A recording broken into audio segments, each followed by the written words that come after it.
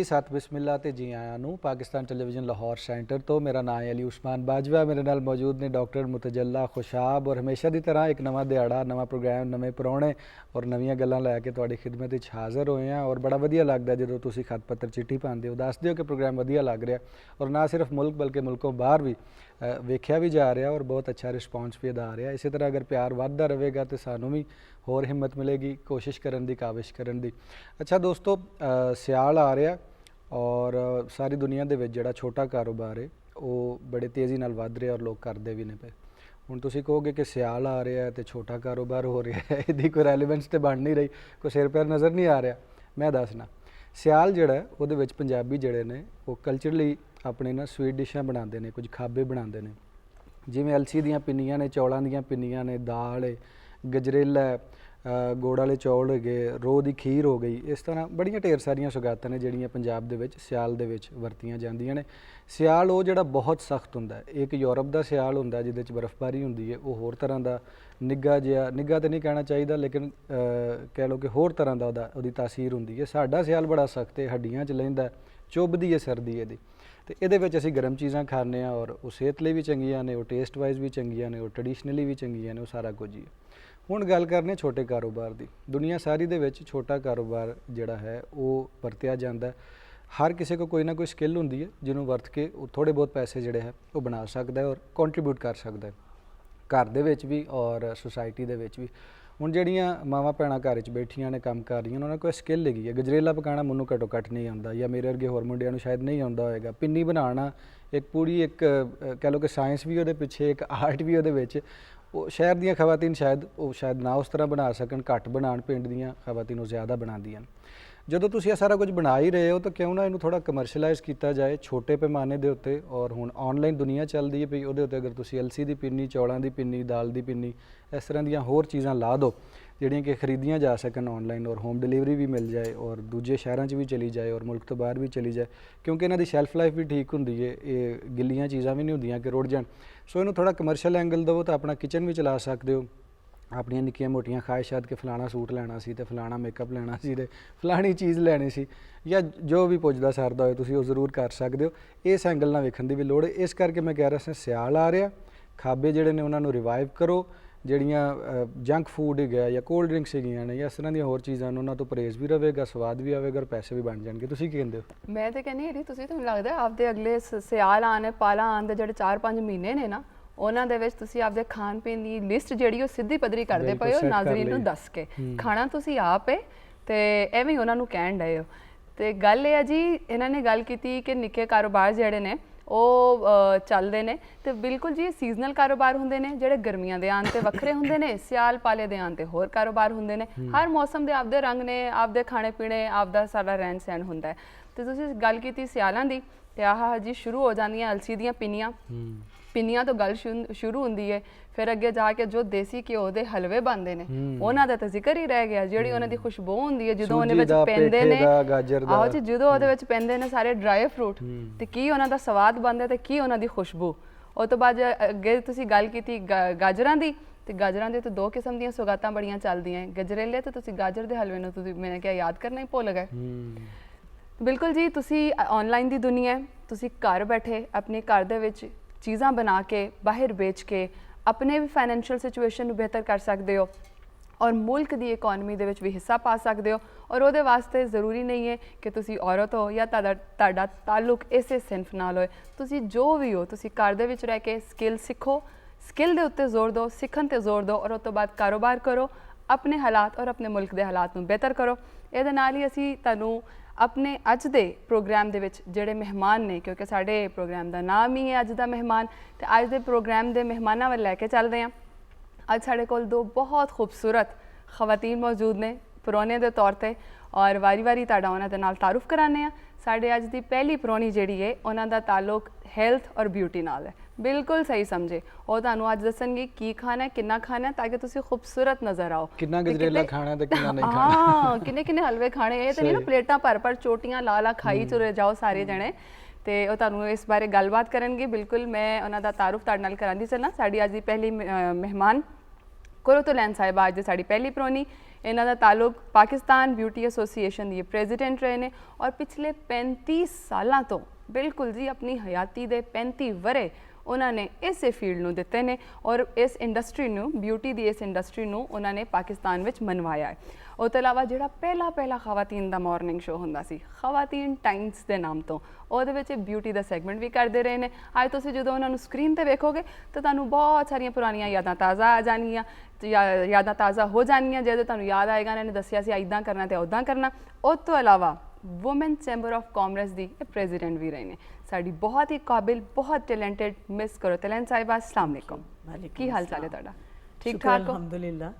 ਅੱਜ ਤੁਹਾਨੂੰ ਪੀਟੀਵੀ ਦੇ ਇਸ ਸ਼ੋਅ ਵਿੱਚ ਅਸੀਂ ਦੇਖ ਕੇ ਔਰ ਸਾਡੇ ਨਾਜ਼ਰੀਨ ਵੀ ਤੁਹਾਨੂੰ ਦੇਖ ਕੇ ਯਕੀਨਨ ਬਹੁਤ ਖੁਸ਼ ਹੋਣਗੇ ਤੇ ਫਿਰ ਤੁਹਾਡੇ ਤੋਂ ਅੱਗੇ ਗੱਲਬਾਤ ਦਾ ਸਿਲਸਿਲਾ ਜਿਹੜਾ ਉਹ ਲੈ ਕੇ ਚੱਲਾਂਗੇ। ਬਿਲਕੁਲ। ਤਾਂ ਤੁਸੀਂ ਹੁਣੇ ਅਲੀ ਗੱਲ ਕਰ ਰਹੇ ਸੀ ਕਿ ਅਕਤੂਬਰ ਦਾ ਮਹੀਨਾ ਜਿਹੜਾ ਹੈ ਉਹ ਇੱਕ ਇੰਟਰਨੈਸ਼ਨਲੀ ਇੱਕ ਖਾਸ ਵਜ੍ਹਾ ਦੇ ਨਾਲ ਸੈਲੀਬ੍ਰੇਟ ਕੀਤਾ ਜਾਂਦਾ ਹੈ, ਆਬਜ਼ਰਵ ਕੀਤਾ ਜਾਂਦਾ ਹੈ। ਅਵੇਅਰਨੈਸ ਕਿਸੇ ਚੀਜ਼ ਦੀ ਜਿਹੜੀ ਉਹ ਬਹੁਤ ਜ਼ਰੂਰੀ ਹੁੰਦੀ ਹੈ। ਤੇ ਉਹ ਜ਼ਰਾ ਸਾਡੇ ਨਾਜ਼ਰੀਨ ਦੇ ਨਾਲ ਸਾਂਝ ਕਰੋ। ਜੀ ਬਿਲਕੁਲ। ਅਕਤੂਬਰ ਦਾ ਮਹੀਨਾ ਜਿਹੜਾ ਉਹ ਪੂਰੀ ਦੁਨੀਆ ਦੇ ਵਿੱਚ ਜਿਹੜਾ ਹੈ ਉਹ ਪਿੰਕ ਰਿਬਨ ਕਹਿ ਲਓ ਜਾਂ ਬ੍ਰੈਸਟ ਕੈਂਸਰ ਦੇ ਹਵਾਲੇ ਨਾਲ, ਅਵੇਅਰਨੈਸ ਦੇ ਹਵਾਲੇ ਨਾਲ ਇਹ ਮਨਾਇਆ ਜਾਂਦਾ ਹੈ ਔਰ ਅਵੇਅਰਨੈਸ ਸਾਰੀ ਦੁਨੀਆ ਦੀਆਂ ਖਵਾਤੀਨ ਜਿਹੜੀਆਂ ਨੇ ਉਹਨਾਂ ਨੂੰ ਦੱਸਿਆ ਜਾਂਦਾ ਹੈ ਕਿ ਉਹ ਕਿਸ ਤਰ੍ਹਾਂ ਇਸ ਮੂਜ਼ੀ ਮਰਜ਼ ਤੋਂ ਬਚ ਸਕਦੇ ਨੇ ਜਿਹੜਾ ਕਿ ਬਹੁਤ ਜ਼ਿਆਦਾ ਜਾਨਲੇਵਾ ਸਾਬਤ ਹੋ ਸਕਦਾ। ਔਰ ਪਾਕਿਸਤਾਨ 'ਚ ਉਹਦੀ ਅਵੇਅਰਨੈਸ ਬਾਕੀ ਤਰੱਕੀ ਯਾਫਤਾ ਮੁਲਕਾਂ ਨਾਲੋਂ ਥੋੜ੍ਹੀ ਜਿਹੀ ਘੱਟ ਹੈ।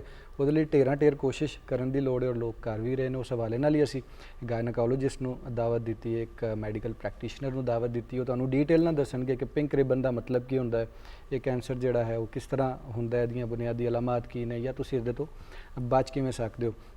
ਆਪਣੀ ਜ਼ਿੰਦਗੀ ਦੇ ਤਕਰੀਬਨ 22 ਵਰੇ ਇਸ ਸ਼ੋਬੇ ਨੂੰ ਦੇਣ ਵਾਲੀ ਜਿਹੜੀ ਖਾਤੂਨ ਸਾਡੇ ਸਟੂਡੀਓ ਵਿੱਚ ਮੌਜੂਦ ਨੇ, MBBS ਡਾਕਟਰ ਨੇ, ਗਾਇਨੋਕੋਲੋਜਿਸਟ ਨੇ, executive member of Pakistan academy of family physician ਔਰ DGO ਗਾਇਨੋਕੋਲੋਜਿਸਟ ਹੈਗੀਆਂ ਨੇ। ਇਸ ਤੋਂ ਇਲਾਵਾ ਆਨਰਰੀ ਫਿਜ਼ੀਸ਼ੀਅਨ ਦੇ ਤੌਰ ਤੇ 5 ਸਾਲ ਉਹਨਾਂ ਸਰਵ ਕੀਤਾ ਜਨਾਬ Pakistan embassy for Saudi Arabia ਔਰ ਐਕਸ ਮੈਂਬਰ ਰਹੀਆਂ ਨੇ ਡਾਕਟਰਸ ਗਰੁੱਪ ਆਫ ਰਿਆਦ ਦੇ ਵਿੱਚ ਔਰ ਇੰਟਰਨੈਸ਼ਨਲੀ ਵੀ ਔਰ ਨੈਸ਼ਨਲੀ ਵੀ ਪਾਕਿਸਤਾਨ ਨੂੰ ਰਿਪਰੈਜ਼ੈਂਟ ਕੀਤਾ ਔਰ ਇੱਥੋਂ ਦੇ ਲੋਕਾਂ ਦਾ ਵੀ ਇਲਾਜ ਕੀਤਾ, ਉਹਨਾਂ ਦਾ ਵੀ ਕੀਤਾ ਔਰ ਹਾਲੇ ਤੱਕ ਕਰ ਰਹੀਆਂ ਨੇ। ਔਰ 13 ਖਵਾਤੀਨ ਮੁਤਜੱਲਾ ਜਿਹੜੀਆਂ ਨੇ ਉਹਨਾਂ ਨੂੰ ਇਸ ਬਿਮਾਰੀ ਦੇ ਬਾਰੇ ਆਗਾਹ ਵੀ ਕਰ ਰਹੀਆਂ ਨੇ ਔਰ ਉਹਨਾਂ ਨੂੰ ਬਚਾਉਣ ਦੀ ਕੋਸ਼ਿਸ਼ ਵੀ ਕਰ ਰਹੀਆਂ ਨੇ। ਸਾਡੇ ਨਾਲ ਮੌਜੂਦ ਨੇ जनाब डॉक्टर फ़ाहिरा ताहिर साहब। अस्सलाम वालेकुम जी। अस्सलाम वालेकुम डॉक्टर साहब कैसी तबीयत है? अल्हम्दुलिल्लाह। और ये महीना जिवें सियाल तो आ ही रहा लेकिन ये महीना अवेयरनेस का महीना भी बनता है और एक डेट स्पैसीफिक जी तुसीं दसोगे कि जिन्हों पिंक रिबन डे भी कहा जाता है। और सब तो पहला तो ये दसो कि ये महीना क्यों ज़रूरी है और किस तरह ये सारी दुनिया च मनाया जा रहा? जी बिल्कुल। ए देखो कि ब्रेस्ट कैंसर या छाती का सरतान जड़ा है वो बहुत ही खतरनाक बीमारी है, लेकिन अच्छी गल है वे कि अगर असी इनू अर्ली डायगनोज कर लीए या अद्धी तशखीस जल्दी कर लीए तो काबिल इलाज है जी। ਇਹਦੀ ਸੰਗੀਨੀ ਦਾ ਅੰਦਾਜ਼ਾ ਤੁਸੀਂ ਇਸ ਤੋਂ ਲਗਾ ਸਕਦੇ ਹੋ ਕਿ ਹਰ ਰੋਜ਼ ਪਾਕਿਸਤਾਨ ਦੇ ਵਿੱਚ 109 ਔਰਤਾਂ ਇਸ ਮਰਜ਼ ਦੇ ਨਾਲ ਮਰਦੀਆਂ ਨੇ। ਅੱਛਾ। ਮੌਤ ਦੇ ਮੂੰਹ 'ਚ ਚਲੀਆਂ ਜਾਂਦੀਆਂ ਨੇ। ਇਹ ਤੇ ਬੜਾ ਵੱਡਾ ਨੰਬਰ ਹੈ ਜੀ ਬਿਲਕੁਲ। ਔਰ ਪਾਕਿਸਤਾਨ ਦੇ ਵਿੱਚ ਹਰ ਸਾਲ 90,000 ਖਵਾਤੀਨ ਜਿਹੜੀਆਂ ਨੇ ਉਹਨਾਂ ਨੂੰ ਬ੍ਰੈਸਟ ਕੈਂਸਰ ਡਾਇਗਨੋਜ਼ ਹੁੰਦਾ ਹੈ, ਤਸ਼ਖੀਸ ਹੁੰਦੀ ਹੈ ਤੇ ਉਹਨਾਂ ਦੇ ਵਿੱਚ ਤਕਰੀਬਨ 40,000 ਦੀ ਅਮਵਾਤ ਹੋ ਜਾਂਦੀ ਹੈ। ਲੇਕਿਨ ਪੂਰੀ ਦੁਨੀਆ ਦੇ ਵਿੱਚ ਤੇ ਅਵੇਅਰਨੈਸ ਹੈ, ਉੱਥੇ ਸਕਰੀਨਿੰਗ ਦਾ ਇੱਕ ਤਰੀਕਾਕਾਰ ਹੈ ਜਿਹੜਾ ਪਾਕਿਸਤਾਨ 'ਚ ਨਹੀਂ ਹੈ। ਸਕਰੀਨਿੰਗ ਹੋ ਜਾਏ अर्ਲੀ, ਅਗਰ ਤੁਸੀਂ ਇਹਨੂੰ ਆਗਾਹੀ ਹੋ ਜਾਏ ਕਿ ਇਹ ਮਰਜ਼ ਦਾ ਤੁਹਾਨੂੰ ਹਮਲਾ ਹੋ ਗਿਆ ਹੈ ਤੇ ਤੁਸੀਂ ਅਗਰ ਬਰ ਵਕਤ ਇਹਦਾ ਇਲਾਜ ਕਰੋ ਤੇ ਤੁਸੀਂ ਇਸ ਬਹੁਤ ਸਾਰੀ ਮੁਸੀਬਤਾਂ ਤੋਂ ਤੇ ਜਿਹੜੀ ਔਰਤਾਂ ਦੀ ਬਿਮਾਰੀ ਤੋਂ ਬਚ ਸਕਦੇ। ਅੱਛਾ, ਉਹ ਡੇ ਵੀ ਡਾਕਟਰ ਸਾਹਿਬ ਦੱਸ ਦੇਣਾ 21 ਜਾਂ 21 ਅਕਤੂਬਰ ਨੂੰ ਪਿੰਕ ਰਿਬਨ ਡੇ ਦੇ ਤੌਰ ਤੇ ਮਨਾਉਂਦੇ ਨੇ। ਇਹਦੇ ਵਿੱਚ ਹੁਣ ਤੇ ਪਹਿਲੇ ਤੇ ਬਹੁਤ ਨਹੀਂ ਹੁੰਦਾ ਸੀ ਇਸ ਤਰ੍ਹਾਂ, ਲੇਕਿਨ ਕੁਝ ਸਾਲਾਂ ਤੋਂ ਸੋਸ਼ਲ ਮੀਡੀਆ ਤੇ ਪ੍ਰਿੰਟ ਮੀਡੀਆ 'ਚ ਹੁਣ ਬਹੁਤ ਜ਼ਿਆਦਾ ਆਗਾਹੀ ਫੈਲਾਈ ਜਾ ਰਹੀ ਹੈ। ਮਕਸਦ ਇਹੀ ਹੈ ਕਿ ਸਾਡੀਆਂ ਖਵਾਤੀਨ ਨੂੰ ਇਸ ਬਿਮਾਰੀ ਤੋਂ ਬਚਾਇਆ ਜਾ ਸਕੇ ਤੇ ਜਿਹੜੀਆਂ ਨੂੰ ਹੋ ਗਈ ਹੈ ਉਹ ਆਪਣਾ ਇਲਾਜ ਕਰਾਉਣ। ਅਸਲ 'ਚ ਸਾਡਾ ਮੁਆਸ਼ਰਾ ਇੱਥੇ ਸੋਸ਼ਲ ਸੈਟਅਪ ਇਹੋ ਜਿਹਾ ਹੈ ਕਿ ਝਿਜਕ ਬਹੁਤ ਜ਼ਿਆਦਾ ਹੈ। ਅਗਰ ਬੱਚੀਆਂ ਨੂੰ ਜਾਂ ਔਰਤਾਂ ਨੂੰ ਕੋਈ ਪ੍ਰੋਬਲਮ ਹੁੰਦੀ ਉਹ ਬਰ ਵਕਤ ਇਲਾਜ ਵਾਸਤੇ ਡਾਕਟਰ ਕੋਲ ਨਹੀਂ ਜਾਂਦੇ। ਉਸ ਵਕਤ ਪਹੁੰਚਦੇ ਨੇ ਜਦੋਂ ਉਹ ਬਿਮਾਰੀ ਜਿਸਮ ਦੇ ਬਾਕੀ ਹਿੱਸਿਆਂ 'ਚ ਫੈਲ ਚੁੱਕੀ ਹੁੰਦੀ। ਬ੍ਰੈਸਟ ਕੈਂਸਰ ਇਬਤਦਾਈ ਤੌਰ ਤੇ ਬ੍ਰੈਸਟ 'ਚ ਹੀ ਪਾਇਆ ਜਾਂਦਾ ਹੈ, ਲੇਕਿਨ ਬਾਅਦ ਦੇ ਵਿੱਚ ਜਿਸਮ ਦੇ ਮੁਖਤਲਿਫ ਹਿੱਸਿਆਂ 'ਚ ਪਹੁੰਚ ਜਾਂਦਾ ਹੈ ਤੇ ਸਾਡੇ ਕੋਲ ਮਰੀਜ਼ ਉਸ ਵਕਤ ਆਉਂਦੇ ਨੇ ਜਦੋਂ ਉਹ ਦੂਸਰੇ ਹਿੱਸਿਆਂ 'ਚ ਪਹੁੰਚ ਚੁੱਕੀ ਹੁੰਦੀ ਹੈ ਤੇ ਉਸ ਵਕਤ ਉਹ ਬਿਮਾਰੀ ਦੀ ਸੂਰਤ ਬਹੁਤ ਖਤਰਨਾਕ ਹੋ ਜਾਂਦੀ ਹੈ ਤੇ ਉਹਨੂੰ ਕਾਬੂ ਕਰਨਾ ਬੜਾ ਮੁਸ਼ਕਿਲ ਹੋ ਜਾਂਦਾ ਹੈ। ਅੱਛਾ ਡਾਕਟਰ ਸਾਹਿਬ, ਤੁਸੀਂ ਜਿਹੜੇ ਨੰਬਰਸ ਦੱਸ ਰਹੇ ਹੋ ਇਹ ਵਾਕਈ ਦਰੁਸਤ ਇਸ ਤਰ੍ਹਾਂ ਵੀ ਹੋ ਸਕਦੇ ਨੇ ਕਿ ਡਾਕਟਰ ਮੁਤਜੱਲਾ ਮੇਰੇ ਘਰ ਦੀ ਵੀ ਗੱਲ ਹੈ, ਮੇਰੇ ਵਾਲਦਾ ਸਾਹਿਬਾ ਇਸ ਬਿਮਾਰੀ ਦਾ ਸ਼ਿਕਾਰ ਨੇ ਔਰ ਉਹਨਾਂ ਦਾ ਇਲਾਜ ਹਲੇ ਚੱਲਦਾ ਪਿਆ, ਦੂਸਰਾ ਸਾਲ ਹੈ ਉਹਨਾਂ ਨੂੰ ਔਰ ਉਹ ਮੈਡੀਕੇਸ਼ਨ ਦੇ ਜਿਹੜਾ ਫੇਜ਼ ਉਹਦੇ ਤੱਕ ਚਲੇ ਗਏ ਨੇ ਔਰ ਬਾਕੀ ਪ੍ਰੋਸੈਸ ਉਹਨਾਂ ਦਾ ਜੀ ਹੋ ਗਿਆ। ਬਿਲਕੁਲ, ਦੇਖੋ ਗੱਲ ਇੰਨੀ ਕਿ ਅਗਰ ਉਹਨਾਂ ਨੂੰ ਵੀ अर्ਲੀ ਡਾਇਗਨੋਸ ਹੋ ਜਾਂਦਾ, ਜਦੋਂ ਪਹਿਲੀ ਸੂਰਤ ਉਹਦੀ ਗਿਲਟੀ ਦੀ ਫਾਰਮ ਹੁੰਦੀ ਹੈ, ਅਗਰ ਉਸ ਪਹਿਲੀ ਸਟੇਜ ਦੇ ਉੱਤੇ ਪਤਾ ਚੱਲ ਜਾਂਦਾ ਤਾਂ ਉਹਨਾਂ ਦੀ ਇੱਕ ਮਾਈਨਰ ਸਰਜਰੀ। ਅਸਲ 'ਚ ਲੋਕ ਇਸ ਵਾਸਤੇ ਡਰਦੇ ਨੇ ਕਿ ਬਈ ਅਸੀਂ ਜਾਵਾਂਗੇ ਤੇ ਉਹ ਫੌਰਨ ਸਾਡੀ ਇਲਾਜ ਕਰਨ ਦੇ ਤੌਰ ਤੇ ਪੂਰੀ ਸਰਜਰੀ ਕਰ ਦੇਣਗੇ, ਰਿਮੂਵ ਕਰ ਦੇਣਗੇ ਬ੍ਰੈਸਟ। ਇਸ ਚੀਜ਼ ਤੋਂ ਡਰਦੇ ਮਾਰੇ ਬਾਜ਼ ਦਫਾ ਤੇ ਔਰਤਾਂ ਜਾਂਦੀਆਂ ਹੀ ਨਹੀਂ ਨੇ। ਉਹਨਾਂ ਦਾ ਅਸਲ 'ਚ ਦਿਮਾਗ ਦੇ ਵਿੱਚ ਇਹ ਗੱਲ ਪਾਣੀ ਪਏਗੀ ਕਿ ਵੀ ਇਹ ਖਤਰਨਾਕ ਬਿਮਾਰੀ ਤੇ ਹੈ, ਲੇਕਿਨ ਇਹਨੂੰ ਅਗਰ ਇਬਤਦਾਈ ਸਟੇਜ ਤੇ ਪਕੜ ਲਿੱਤਾ ਜਾਏ ਤੇ ਇਹ ਕਾਬਲੇ ਇਲਾਜ ਤੇ ਇਹਦੇ ਵਿੱਚ 100% ਤੁਸੀਂ ਸਿਹਤਮੰਦ ਹੋ ਸਕਦੇ ਹੋ। ਬਿਲਕੁਲ ਇਸੇ ਤਰ੍ਹਾਂ ਹੀ। ਇਹਦਾ ਤੇ ਮਤਲਬ ਹੈ ਕਿ ਸਾਰੀ ਗੱਲ ਇਹ ਹੈ ਕਿ अर्ਲੀ ਡਿਟੈਕਸ਼ਨ ਹੀ अर्ਲੀ ਨਹੀਂ ਹੈ। ਡਿਟੈਕਸ਼ਨ ਇਹ ਬੜੀ ਔਰ ਇੰਪੋਰਟੈਂਟ ਹੈ। ਉਹਦੀ ਰੀਜ਼ਨ ਜਾਂ ਉਹਦੀ ਵਜ੍ਹਾ ਪਿੱਛੇ ਇਹ ਹੈ ਕਿ ਲੋਕਾਂ ਨੂੰ ਸ਼ਊਰ ਨਹੀਂ ਹੈ ਇਸ ਸਾਡੀ ਬਾਰੇ ਚ ਬੱਚਿਆਂ ਨੂੰ ਗੱਲਬਾਤ ਨਹੀਂ ਸ਼ਊਰ ਹੈ। ਦੇਣ ਦੀ ਜ਼ਰੂਰਤ ਹੈ, ਆਗਾਹੀ ਦੇਣ ਦੀ ਜ਼ਰੂਰਤ ਹੈ। ਆਪਣੇ ਅਸਲ 'ਚ ਔਰਤਾਂ ਜਿਹੜੀਆਂ ਨਾ ਆਪਣੀ ਕਿਸੇ ਵੀ ਪ੍ਰੋਬਲਮ ਨੂੰ ਇੰਪੋਰਟੈਂਸ ਨਹੀਂ ਦਿੰਦੀਆਂ ਤੇ ਪ੍ਰੋਬਲਮ ਵੱਧ ਜਾਂਦੀ ਹੈ। ਜਦੋਂ ਗੱਲ ਵੱਧ ਜਾਂਦੀ ਹੈ ਉਦੋਂ ਪਹੁੰਚਦੇ ਨੇ ਹਸਪਤਾਲ। ਅਸਲ 'ਚ ਬੱਚਿਆਂ ਨੂੰ ਅਗਰ ਤੁਸੀਂ ਇਹ ਆਦਤ ਬਣਾ ਦਿਓ ਕਿ ਮਹੀਨੇ ਦੇ ਵਿੱਚ ਇੱਕ ਦਿਨ ਤੁਸੀਂ ਆਪਣਾ ਫਿਕਸ ਕਰ ਲਓ ਜਿਹਦੇ ਵਿੱਚ ਤੁਸੀਂ ਆਪਣਾ ਮੁਆਇਨਾ, ਇਹਦੇ ਵਿੱਚ ਖੂਬਸੂਰਤ ਗੱਲ ਇਹ ਵੇ ਕਿ ਤੁਸੀਂ ਆਪਣਾ ਮੁਆਇਨਾ ਆਪ ਕਰ ਸਕਦੇ ਹੋ। ਆਪਣੇ ਮਰਜ਼ ਨੂੰ अर्ਲੀ ਸਟੇਜ ਤੇ ਤੁਸੀਂ ਆਪ ਫੜ ਸਕਦੇ ਹੋ। ਹਰ ਮਹੀਨੇ ਇੱਕ ਦਿਨ ਫਿਕਸ ਕਰ ਲਓ। ਉਹ ਜਿਹੜੇ ਤੁਹਾਡੇ ਆਯਾਮ ਹੁੰਦੇ ਨੇ ਉਹਦੇ ਤੀਸਰੇ ਚੌਥੇ ਦਿਨ ਤੁਸੀਂ ਆਪਣੇ ਆਪ ਨੂੰ ਮੁਆਇਨਾ ਕਰੋ, ਦੇਖੋ ਕੋਈ ਗਿਲਟੀ ਜਾਂ ਕੋਈ ਵੀ ਜਿਹੜੀ ਗੈਰ ਮਾਮੂਲੀ ਚੀਜ਼ ਹੈ ਤੁਹਾਡੀ ਬ੍ਰੈਸਟ ਦੇ ਵਿੱਚ ਅਗਰ ਤੁਹਾਨੂੰ ਮਹਿਸੂਸ ਹੁੰਦੀ ਹੈ ਤਾਂ ਤੁਸੀਂ ਆਪਣੇ ਮੁਆਲਿਜ ਨਾਲ ਰਾਬਤਾ ਕਰੋ ਤੇ ਉਹ ਫਿਰ ਅੱਗੋਂ ਉਹਨਾਂ ਦਾ ਕੰਮ ਸ਼ੁਰੂ ਹੋ ਪਤਾ ਜਾਂਦਾ ਕਿ ਹੈ। ਐਨੀ ਚੇਂਜ ਆਫ ਕਲਰ, ਐਨੀ ਜੀ ਸਵੈਲਿੰਗ, ਕੋਈ ਦੇਖੋ ਉਹ ਸੂਜਨ ਤੇ ਹੋਈ, ਕੋਈ ਅਲਾਮਤ ਕਲਰ ਤੇ ਚੇਂਜ, ਤੁਹਾਡੀਆਂ ਹਰ ਇਹਨਾਂ ਚੀਜ਼। ਦੇ ਵਿੱਚ ਜਿਹੜੀ ਸਭ ਤੋਂ ਪਹਿਲੀ ਜਿਹੜੀ ਅਲਾਮਤ ਹੈ ਨਾ, ਅਸਲ 'ਚ ਕੈਂਸਰ ਹੁੰਦਾ ਕੀ ਹੈ? ਐਬਨੋਰਮਲ ਗਰੋਥ ਆਫ ਸੈਲਸ ਹੁੰਦਾ ਹੈ। ਯਾਨੀ ਕਿ ਸੈਲਸ ਜਿਹੜੇ ਤੁਹਾਡੀ ਜਿਸਮ ਦੇ ਵਿੱਚ ਸਭ ਹਿੱਸਿਆਂ 'ਚ ਗਰੋ ਕਰਦੇ ਨੇ, ਲੇਕਿਨ ਅਗਰ ਉਹਨਾਂ ਦੀ ਮਲਟੀਪਲੀਕੇਸ਼ਨ ਐਬਨੋਰਮਲ ਹੋ ਜਾਏ ਤੇ ਉਹ ਗਿਲਟੀ ਦੀ ਫਾਰਮ ਲੈ ਲੈਂਦੇ ਨੇ। ਅਗਰ ਉਹ ਗਿਲਟੀ ਹੈ, ਲੇਕਿਨ ਇਹ ਮਸਲਾ ਆਇਆ ਵੇ ਕਿ ਜਿਹੜੀ ਕੈਂਸਰ ਦੀ ਗਰੋਥ ਹੈ ਨਾ ਅਮੂਮੀ ਤੌਰ ਤੇ ਇਹ ਪੇਨਲੈਸ ਹੁੰਦੀ ਹੈ ਤੇ ਔਰਤਾਂ ਕਹਿੰਦੀਆਂ ਚਲੋ ਗਿਲਟੀ ਹੈ ਕੋਈ ਗੱਲ ਨਹੀਂ, ਇਹ ਹੋਇਆ ਹੋਏਗਾ, ਬੱਚੇ ਦਾ ਸਿਰ ਲੱਗ ਗਿਆ ਹੋਏਗਾ, ਜਾਂ ਉਹਨੂੰ ਇੰਪੋਰਟੈਂਸ ਨਹੀਂ ਦਿੰਦੇ। ਜਾਂ ਸ਼ਾਇਦ ਇਹਨੂੰ ਥੋੜਾ ਜਿਹਾ ਇਸ ਤਰ੍ਹਾਂ ਵੀ ਉਹ ਵੇਖ ਲੈਂਦੀਆਂ ਨੇ ਕਿ ਬਾਡੀ ਦੇ ਕਿਸੇ ਹੋਰ ਪਾਰਟ ਦੇ ਵਿੱਚ ਹੋਵੇ ਔਰ ਸ਼ਾਇਦ ਉਹ ਬਣਦੀਆਂ ਘੁਲਦੀਆਂ ਵੀ ਰਹਿੰਦੀਆਂ ਨੇ, ਬਾਜ਼ੂ ਤੇ ਹੋ ਜਾਏ ਜਾਂ ਕਿਸੇ ਹੋਰ ਨਹੀਂ, ਇਹ ਜਗ੍ਹਾ। ਤੁਹਾਨੂੰ ਦੇਖਣਾ ਚਾਹੀਦਾ ਹੈ ਕਿ ਵੈਸੇ ਬਣ ਸਕਦੀ ਹੈ, ਲੇਕਿਨ ਅਗਰ ਉਹ ਮਾਵਾਰੀ ਦੇ ਆਯਾਮ ਦੇ ਵਿੱਚ ਬਣਦੀ ਹੈ, ਅਗਲੇ ਦੇ ਵਿੱਚ ਖਤਮ ਹੋ ਜਾਂਦੀ ਤੇ ਠੀਕ ਹੈ, ਕੋਈ ਮਸਲਾ ਨਹੀਂ। ਬਾਜ਼ ਦਫਾ ਇਹ ਹੁੰਦਾ ਹੈ ਕਿ ਤੁਹਾਨੂੰ ਚੋਟ ਲੱਗ ਜਾਂਦੀ ਹੈ, ਉਹਦੀ ਵਜ੍ਹਾ ਨਾਲ ਵੀ ਹੁੰਦਾ ਹੈ, ਉਹ ਵੀ ਜ਼ਾਹਿਰ ਹੈ ਉਹਦਾ ਵੀ ਡਾਇਗਨੋਸਿਸ ਤੁਹਾਨੂੰ ਡਾਕਟਰ ਹੀ ਕਰੇਗਾ ਕਿ ਬਈ ਇਹਦਾ ਇਲਾਜ ਕਰਕੇ। ਲੇਕਿਨ ਅਗਰ ਉਹ ਗਿਲਟੀ ਹੈ ਤੇ ਉਹਦਾ ਸਾਈਜ਼ ਵੱਧ ਰਿਹਾ ਤੇ ਉਹਨੂੰ ਤੁਸੀਂ ਇੰਪੋਰਟੈਂਸ ਦਿਓ, ਤੁਸੀਂ ਮੁਆਲਿਜ ਕੋਲ ਜਾਓ, ਫਿਰ ਅੱਗੇ ਉਹਨਾਂ ਦੇ ਕੰਮ ਨੇ, ਉਹ ਟੈਸਟ ਸ਼ੁਰੂ ਹੋ ਜਾਣਗੇ। ਬੇਸਿਕ ਜੋ ਹੈ ਸਕਰੀਨਿੰਗ ਬੜੀ ਇੰਪੋਰਟੈਂਟ ਹੈ। ਸਕਰੀਨਿੰਗ ਵੈਸਟ ਦੇ ਵਿੱਚ ਤੇ ਤੁਹਾਡਾ 30 ਸਾਲ 35 ਸਾਲ ਦੀ ਉਮਰ 'ਚ ਹਰ ਔਰਤ ਦਾ ਮੈਮੋਗ੍ਰਾਮ ਹੁੰਦਾ ਹੈ। ਇਹ ਮੇਰਾ ਥੋੜਾ ਡਿਟੇਲ ਟੌਪਿਕ ਹੋ ਜਾਏਗਾ, ਸਕਰੀਨਿੰਗ, ਮੈਥਡ ਆਫ ਸਕਰੀਨਿੰਗ ਤੇ ਅਸੀਂ ਤੁਹਾਡੇ ਕੋਲੋਂ ਫਿਰ ਜ਼ਰੂਰ ਪੁੱਛਾਂਗੇ। ਤੇ ਆਪਣੇ ਦੂਸਰੇ ਪ੍ਰੋਨੇ ਵੱਲ ਆਨੇ ਆ ਤੇ ਕੁਰਤਲੈਨ ਸਾਹਿਬਾ, ਹੁਣੇ ਗੱਲਬਾਤ ਹੋ ਰਹੀ ਸੀ ਖਵਾਤੀਨ ਦੀ, ਉਹਨਾਂ ਦੇ ਲਾਈਫ ਸਟਾਈਲ ਦੇ ਬਾਰੇ 'ਚ। ਤੁਸੀਂ 35 ਸਾਲ ਇਸੇ ਸ਼ੋਬੇ 'ਚ ਕੰਮ ਕੀਤਾ ਹੈ, ਬਿਊਟੀ ਐਂਡ ਹੈਲਥ ਵਿੱਚ, ਤੇ ਤੁਸੀਂ ਆਪਣੇ ਇਸ 35 ਸਾਲਾ ਤਜਰਬੇ ਦੀ ਰੋਸ਼ਨੀ ਵਿੱਚ ਕੀ ਕਨਕਲੂਡ ਕਰਦੇ ਹੋ ਕਿ ਡਾਈਟ, ਜੋ ਤੁਸੀਂ ਹੁਣ ਤੱਕ ਕੰਮ ਕੀਤਾ ਹੈ, ਕਿ ਡਾਈਟ ਔਰ ਜਿਹੜਾ ਹੁਸਨ ਹੈ ਉਹਦਾ ਕਿੰਨਾ ਤਾਲੁਕ ਹੈ, ਜਾਂ ਅੱਛੇ ਖਾਣਾ ਖਾਣ ਵਾਲੀਆਂ ਖਵਾਤੀਨ ਕਿੰਨਾ ਖੂਬਸੂਰਤ ਨਜ਼ਰ ਆ ਸਕਦੀਆਂ? ਇੱਕ ਬਿਊਟੀਸ਼ੀਅਨ ਹੋਣ ਦੇ ਨਾਤੇ ਨਾਲ ਅਗਰ ਮੈਂ ਆਪਣੇ ਆਪ ਨੂੰ ਪਿੱਛੇ ਦੇਖਦੀ ਹਾਂ ਤੇ ਸਾਡੀਆਂ ਮਾਵਾਂ ਕੋਈ ਹਾਈਡਰਾ ਨਹੀਂ ਸਨ ਕਰਾਉਂਦੀਆਂ ਔਰ ਉਹ ਬੜੀਆਂ ਪਿਆਰੀਆਂ ਸਨ ਔਰ ਇੱਕ ਨੈਚੁਰਲ ਡਾਈਟ ਵਿੱਚ ਰਹਿੰਦੀਆਂ ਸਨ। ਜਦੋਂ ਕਿ ਅੱਜ ਦੀ ਛੋਟੀ ਬੱਚੀ ਵੀ 18 ਸਾਲ ਦੀ ਜਾਂ 20 ਸਾਲ ਦੀ ਹਾਈਡਰਾ ਵੱਲ ਆ ਜਾਂਦੀ ਹੈ। ਪਾਣੀ ਕਿੰਨਾ ਜ਼ਰੂਰੀ ਹੈ ਇਹ ਪਾਕਿਸਤਾਨ 'ਚ ਬਹੁਤ ਸਾਰੇ ਲੋਕਾਂ ਨੂੰ ਨਹੀਂ ਪਤਾ। ਪਾਣੀ ਬਹੁਤ ਜ਼ਰੂਰੀ ਹੈ ਸਕਿਨ ਦੇ ਲਈ ਔਰ ਤੁਸੀਂ ਸਮਝਦੇ ਹੋ ਕਿ ਬਹੁਤ ਸਾਰੀਆਂ ਬੱਚੀਆਂ ਇਹ ਨਹੀਂ ਜਾਣਦੀਆਂ ਕਿ ਪਾਣੀ ਦਾ ਇਸਤੇਮਾਲ ਕਿੰਨਾ ਕੁ ਕਰਨਾ ਹੈ। ਤਾਂ ਉਹਨੂੰ ਕਮ ਅਜ਼ ਕਮ ਇੱਕ ਦਿਨ 'ਚ 1 ਲੀਟਰ, ਯਾਨੀ ਕਿ ਅਗਰ ਦੇਖੋ ਤੁਸੀਂ ਕਿ ਸਰਦੀਆਂ 'ਚ 8 ਗਲਾਸ ਤੇ ਗਰਮੀਆਂ 'ਚ 20 ਗਲਾਸ ਤੁਸੀਂ ਆਪਣੇ ਪੂਰੇ ਕਰਨੇ ਨੇ। ਫਿਰ ਕੈਲਰੀਜ਼ ਕਨਸੈਪਟ ਆ ਜਾਂਦੇ ਨੇ ਕਿ ਕੈਲਰੀਜ਼ ਕੀ ਨੇ। ਡਾਈਟ ਨੂੰ ਜਦੋਂ ਅਸੀਂ ਮੈਜਰਿੰਗ ਕਰਨੇ ਆ ਨਾ ਤੇ ਅਸੀਂ ਕਹਿੰਦੇ ਆ ਕਿ 5 ਫੀਟ ਦੇ ਉੱਤੇ 5 ਫੁੱਟ ਦੀ ਇੱਕ ਲੇਡੀ ਨੂੰ ਅਗਰ ਉਹਦਾ ਫਰੇਮ ਨਾਰਮਲ ਹੈ ਤੇ ਉਹਨੂੰ 100 ਕੈਲਰੀਜ਼ 100 ਪਾਉਂਡ ਵਜ਼ਨ ਚਾਹੀਦਾ ਹੈ। ਉਹਦੇ ਹਿਸਾਬ ਨਾਲ ਫਿਰ ਇਸ ਤਰ੍ਹਾਂ ਗ੍ਰੈਜੂਅਲੀ ਹਰ 1 ਇੰਚ ਜਿਹੜਾ ਉਸ ਤੋਂ ਬਾਅਦ ਵੱਧਦਾ ਹੈ ਨਾ, ਉਹਨੂੰ ਮਲਟੀਪਲਾਈ ਤੁਸੀਂ 5 ਨਾਲ ਕਰਦੇ ਜਾਓ। ਮਤਲਬ ਕਿ ਇਹ ਉਹ ਚੀਜ਼ਾਂ ਨੇ ਜਿਹੜੀਆਂ ਘਰ ਦੀਆਂ ਬੱਚੀਆਂ ਨੂੰ ਨਾਰਮਲੀ ਪਤਾ ਹੋਣਾ ਹੀ ਚਾਹੀਦੀਆਂ ਨੇ।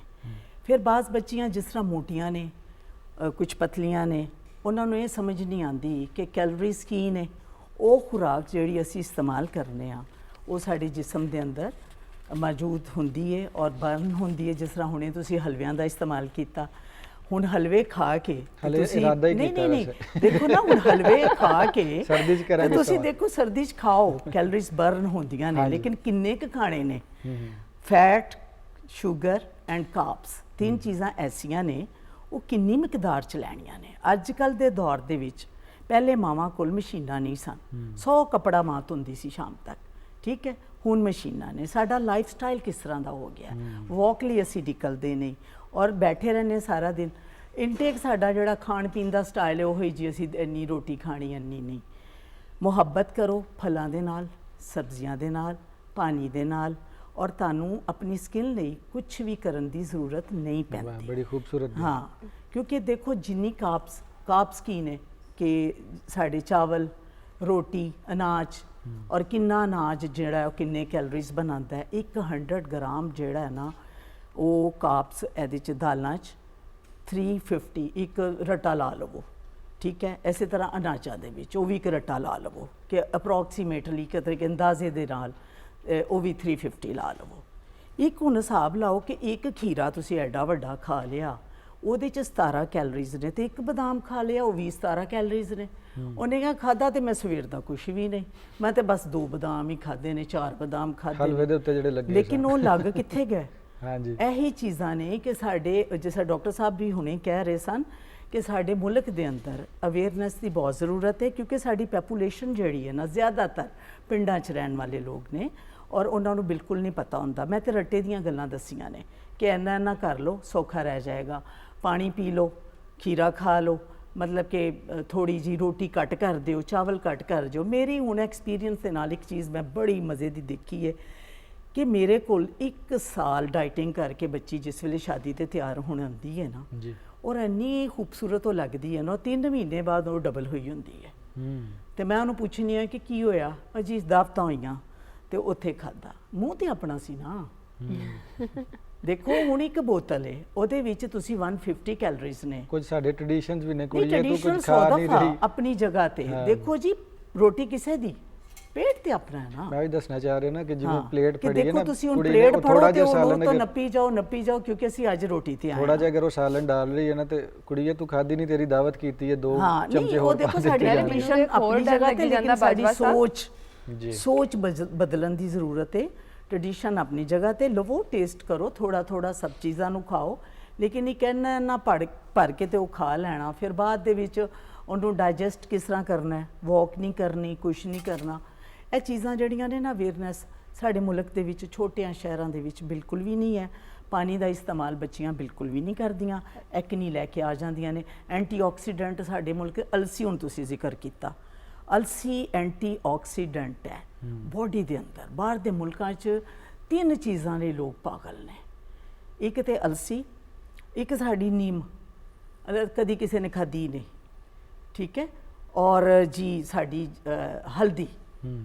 ਲੋਕੀ ਫੜ ਕੇ ਬਾਹਰ ਦੇ ਮੁਲਕਾਂ 'ਚ ਉਹਦੇ ਕੈਪਸੂਲ ਖਾਂਦੇ ਨੇ ਸ਼ੌਕ ਦੇ ਨਾਲ, ਤੇ ਸਾਡੇ ਮੁਲਕ ਦੇ ਵਿੱਚ ਇੰਨੀ ਕੁ ਜ਼ਿਆਦਾ ਹੈ ਨਾ ਐਂਟੀਆਕਸੀਡੈਂਟ 3 ਚੀਜ਼ਾਂ ਇੰਨੀ ਕੁ ਜ਼ਿਆਦਾ ਨੇ ਨਾ ਕਿ ਲੋਕ ਅਗਰ ਦਰਖਤਾਂ ਨਾਲੋਂ ਵੀ ਤੋੜ ਕੇ ਖਾਣ ਨਾ ਤੇ ਐਂਟੀਆਕਸੀਡੈਂਟ ਚੀਜ਼ਾਂ ਜਿਹੜੀਆਂ ਨੇ ਉਹ ਇੰਨੀਆਂ ਕੁ ਪਾਵਰਫੁਲ ਹੁੰਦੀਆਂ ਨੇ ਨਾ, ਔਰ ਤੁਹਾਡੇ ਜਿਸਮ ਤੇ ਆਟੋਮੈਟਿਕਲੀ ਇਹਦਾ ਅਸਰ ਹੈਗਾ ਹੈ। ਯਾਨੀ ਅਲਸੀ, ਨਿੰਮ ਔਰ ਹਲਦੀ, ਇਹ 3 ਚੀਜ਼ਾਂ ਜਿਹੜੀਆਂ ਨੇ। ਨਹੀਂ, ਤੁਸੀਂ ਹੁਣ ਅਲਸੀ ਦਾ ਜ਼ਿਕਰ ਕੀਤਾ ਨਾ, ਤੇ ਮੈਂ ਕਹਿੰਦੀ ਆ ਕਿ ਬਾਹਰ ਦੇ ਮੁਲਕਾਂ 'ਚ ਲੋਕ ਪਾਗਲ ਨੇ ਇਹਨਾਂ ਚੀਜ਼ਾਂ ਲਈ, ਕਿਉਂਕਿ ਉਹ ਸਮਝਦੇ ਨੇ। ਉਹ ਸਾਡੇ ਆਪਣੇ ਮੁਲਕ ਵਿੱਚ ਮੈਂ ਕਹਿੰਦੀ ਆ ਇੰਨਾ ਜ਼ਰਖੇਜ਼ ਮੁਲਕ, ਮੈਂ ਜਦੋਂ ਕਿਸੇ ਬਾਹਰ ਦੇ ਮੁਲਕ ਤੋਂ ਆਵਾਂ ਨਾ, ਮੈਂ ਯਕੀਨ ਮੰਨ, ਮੈਂ ਕਹਿੰਦੀ ਆ ਸੁਭਾਨ ਅੱਲਾ, ਫਰਟੈਲਿਟੀ, ਰੇੜੀਆਂ ਭਰੀਆਂ ਹੋਈਆਂ ਫਲਾਂ ਦੇ। ਅੱਛਾ, ਥੋੜਾ ਜਿਹਾ ਵੀ ਦੱਸ ਦੇਣਾ ਕਿ ਨਿੰਮ ਜਿਹੜਾ ਰੇੜੀਆਂ ਭਰੀਆਂ ਫਲਾਂ ਦੇ ਨਾਲ, ਲੇਕਿਨ ਕੋਈ ਉਹਨਾਂ ਨੂੰ ਚੁੱਕ ਕੇ ਖਾਂਦਾ ਹੀ ਨਹੀਂ। ਕਰੋ ਤਲੈਨ ਸਾਹਿਬਾ, ਨਿੰਮ ਦਾ ਤੁਸੀਂ ਜ਼ਿਕਰ ਕੀਤਾ ਜੀ ਜੀ, ਔਰ ਨਿੰਮ ਤੇ ਬਹੁਤ ਜ਼ਿਆਦਾ ਇੱਕ ਤੇ ਕੌੜੀ ਹੁੰਦੀ ਹੈ, ਤੇ ਹਕੀਮ ਜਦੋਂ ਗੋਲੀ ਬਣਾ ਕੇ ਦੇਣ ਫੇਰ ਹੀ ਲੋਕ ਖਾਂਦੇ ਨੇ। ਨਹੀਂ, ਉਹ ਦੇਖੋ ਅਦਰਵਾਈਜ਼ ਘਰਾਂ 'ਚ ਕਿਸ ਤਰ੍ਹਾਂ ਦਾ ਇਸਤੇਮਾਲ ਹੋ ਸਕਦਾ? ਦੇਖੋ ਜੀ, ਇੱਕ ਪਾਊਡਰ ਸੁਕਾ ਲਓ, ਪਾਊਡਰ ਬਣਾ ਲਓ, ਉਹਨੂੰ ਤੁਸੀਂ ਕੈਪਸੂਲ 'ਚ ਪਾ ਲਓ। ਅੱਛਾ, ਨਾ ਉਸ ਤਰ੍ਹਾਂ ਖਾਓ, ਉਹਨੂੰ ਥੋੜਾ ਜਿਹਾ ਕੈਪਸੂਲ 'ਚ ਪਾ ਲਓ, ਕਿੰਨੀਆਂ ਬਿਮਾਰੀਆਂ ਤੋਂ ਬਚਦੇ ਹੋ। ਜਿਸ ਤਰ੍ਹਾਂ ਉਹਨੇ ਕੈਂਸਰ ਦਾ ਜ਼ਿਕਰ ਕੀਤਾ, ਐਂਟੀ ਕੈਂਸਰ ਵੀ ਹੈ। ਜਿਸ ਤਰ੍ਹਾਂ ਇਹਨਾਂ ਨੇ ਜ਼ਿਕਰ ਕੀਤਾ ਕੈਂਸਰ ਦਾ, ਹਲਦੀ ਐਂਟੀ ਕੈਂਸਰ ਵੀ ਹੈ, ਠੀਕ ਹੈ ਨਾ। ਐਸੀ ਜੜੀ ਬੂਟੀਆਂ ਜਿਹੜੀਆਂ ਪਾਕਿਸਤਾਨ ਦੇ ਅੰਦਰ, ਮੈਂ ਕਹਿੰਦੀ ਹਾਂ ਅਸੀਂ ਬਹੁਤ ਹੀ ਵੰਡਰਫੁੱਲ ਤੇ ਅਸੀਂ ਇੰਨਾ ਕਬੂਲਤ ਖੂਬਸੂਰਤ ਮੁਲਕ 'ਚ ਰਹਿ ਰਹੇ। ਜੜੀ ਬੂਟੀਆਂ ਦਾ ਉਹ ਮਾਲਾ ਮਾਲ ਹੈ ਕਿ ਅਸੀਂ ਅਗਰ ਖਾਈਏ ਸਾਨੂੰ ਜਿਸ ਤਰ੍ਹਾਂ ਹੁਣ ਮਾਸ਼ਾਅੱਲਾ ਬਿਲੋਂਗ ਕਰਦੇ ਨੇ ਇੱਕ ਪਖਤੂਨ ਇਲਾਕੇ ਤੋਂ, ਉੱਥੇ ਪਹਾੜਾਂ ਦੇ ਉੱਤੇ ਇਹੋ ਜਿਹੀਆਂ ਜੜੀਆਂ ਬੂਟੀਆਂ ਨੇ ਕਿ ਜਿਨ੍ਹਾਂ ਨੂੰ ਖਾ ਕੇ ਕੈਂਸਰ ਤੋਂ ਬਚਿਆ ਜਾ ਸਕਦਾ ਹੈ। ਔਰ ਜੈਸੇ ਤੁਸੀਂ ਹੁਣ ਜ਼ਿਕਰ ਕੀਤਾ ਕਿ ਆਨਲਾਈਨ ਤੁਸੀਂ ਹਲਦੀ ਦੇ, ਹੁਣ ਹਾਸੇ ਵਾਲੀ ਗੱਲ ਨਹੀਂ ਕਿ ਹਲਦੀ ਦੇ ਤੇ ਇਹਦੇ ਕੈਪਸੂਲ ਵੀ ਤੁਸੀਂ ਬਣਾ ਕੇ ਇਹਨਾਂ ਨੂੰ ਵੀ ਆਨਲਾਈਨ ਤੁਸੀਂ ਵੇਚ ਸਕਦੇ ਇੱਕ ਹੋਰ ਬਿਜ਼ਨਸ ਆਈਡੀਆ ਜਨਰੇਟ ਹੋ ਗਿਆ, ਇੱਕ ਛੋਟਾ ਬਿਜ਼ਨਸ ਤੁਸੀਂ ਦੱਸਿਆ। ਸਹੀ। ਅੱਛਾ, ਇਹ ਤੁਹਾਡੀ ਗੱਲ ਤੋਂ ਇਹ ਗੱਲ ਹੋਵੇਗੀ ਕਾਰਬਸ ਦੀ ਔਰ ਪ੍ਰੋਟੀਨ ਦੀ ਥੋੜੀ ਦੇਰ ਬਾਅਦ ਗੱਲ ਕਰਨੇ ਆ। ਸਾਡਾ ਜਿਹੜਾ ਟ੍ਰੈਡੀਸ਼ਨਲ ਖਾਣ ਦਾ ਤਰੀਕਾ ਉਹਦੇ ਚ ਕਾਰਬਸ ਜ਼ਿਆਦਾ ਨੇ, ਪ੍ਰੋਟੀਨ ਘੱਟ ਹੈ, ਬਾਕੀ ਚੀਜ਼ਾਂ ਇਸ ਹਵਾਲੇ ਨਾਲ ਕਰਨੇ ਆ ਗੁਫ਼ਤਗੂ। ਵਾਪਸ ਉਹ ਸਿਲਸਿਲੇ ਉੱਥੇ ਹੀ ਆਨੇ ਆ ਜਿੱਥੋਂ ਸਿਲਸਿਲਾ ਥੋੜਾ ਟੁੱਟਿਆ ਸੀ ਕਿ ਮੈਮੋਗ੍ਰਾਫੀ ਦਾ ਤੁਸੀਂ ਜ਼ਿਕਰ ਕੀਤਾ, ਔਰ ਦੂਸਰਾ ਸਕਰੀਨਿੰਗ ਮੈਥਡਸ ਜੋ ਹੈ ਨੇ ਕਿਹੜੀ ਏਜ ਤੋਂ ਸਟਾਰਟ ਕਰ ਦੇਣੀ ਚਾਹੀਦੀ। ਥੋੜਾ ਜਿਹਾ ਦੱਸ ਦੇਣਾ ਕਿ ਖੌਫ ਜਿਹੜਾ ਹੈ ਖਵਾਤੀਨ ਦੇ ਵਿੱਚ, ਜਿਹੜਾ ਤੁਸੀਂ ਕਿਹਾ ਅਵੇਅਰਨੈਸ ਕੋਈ ਨਹੀਂ ਔਰ ਇੱਕ ਝਾਕਾ ਹੈਗਾ।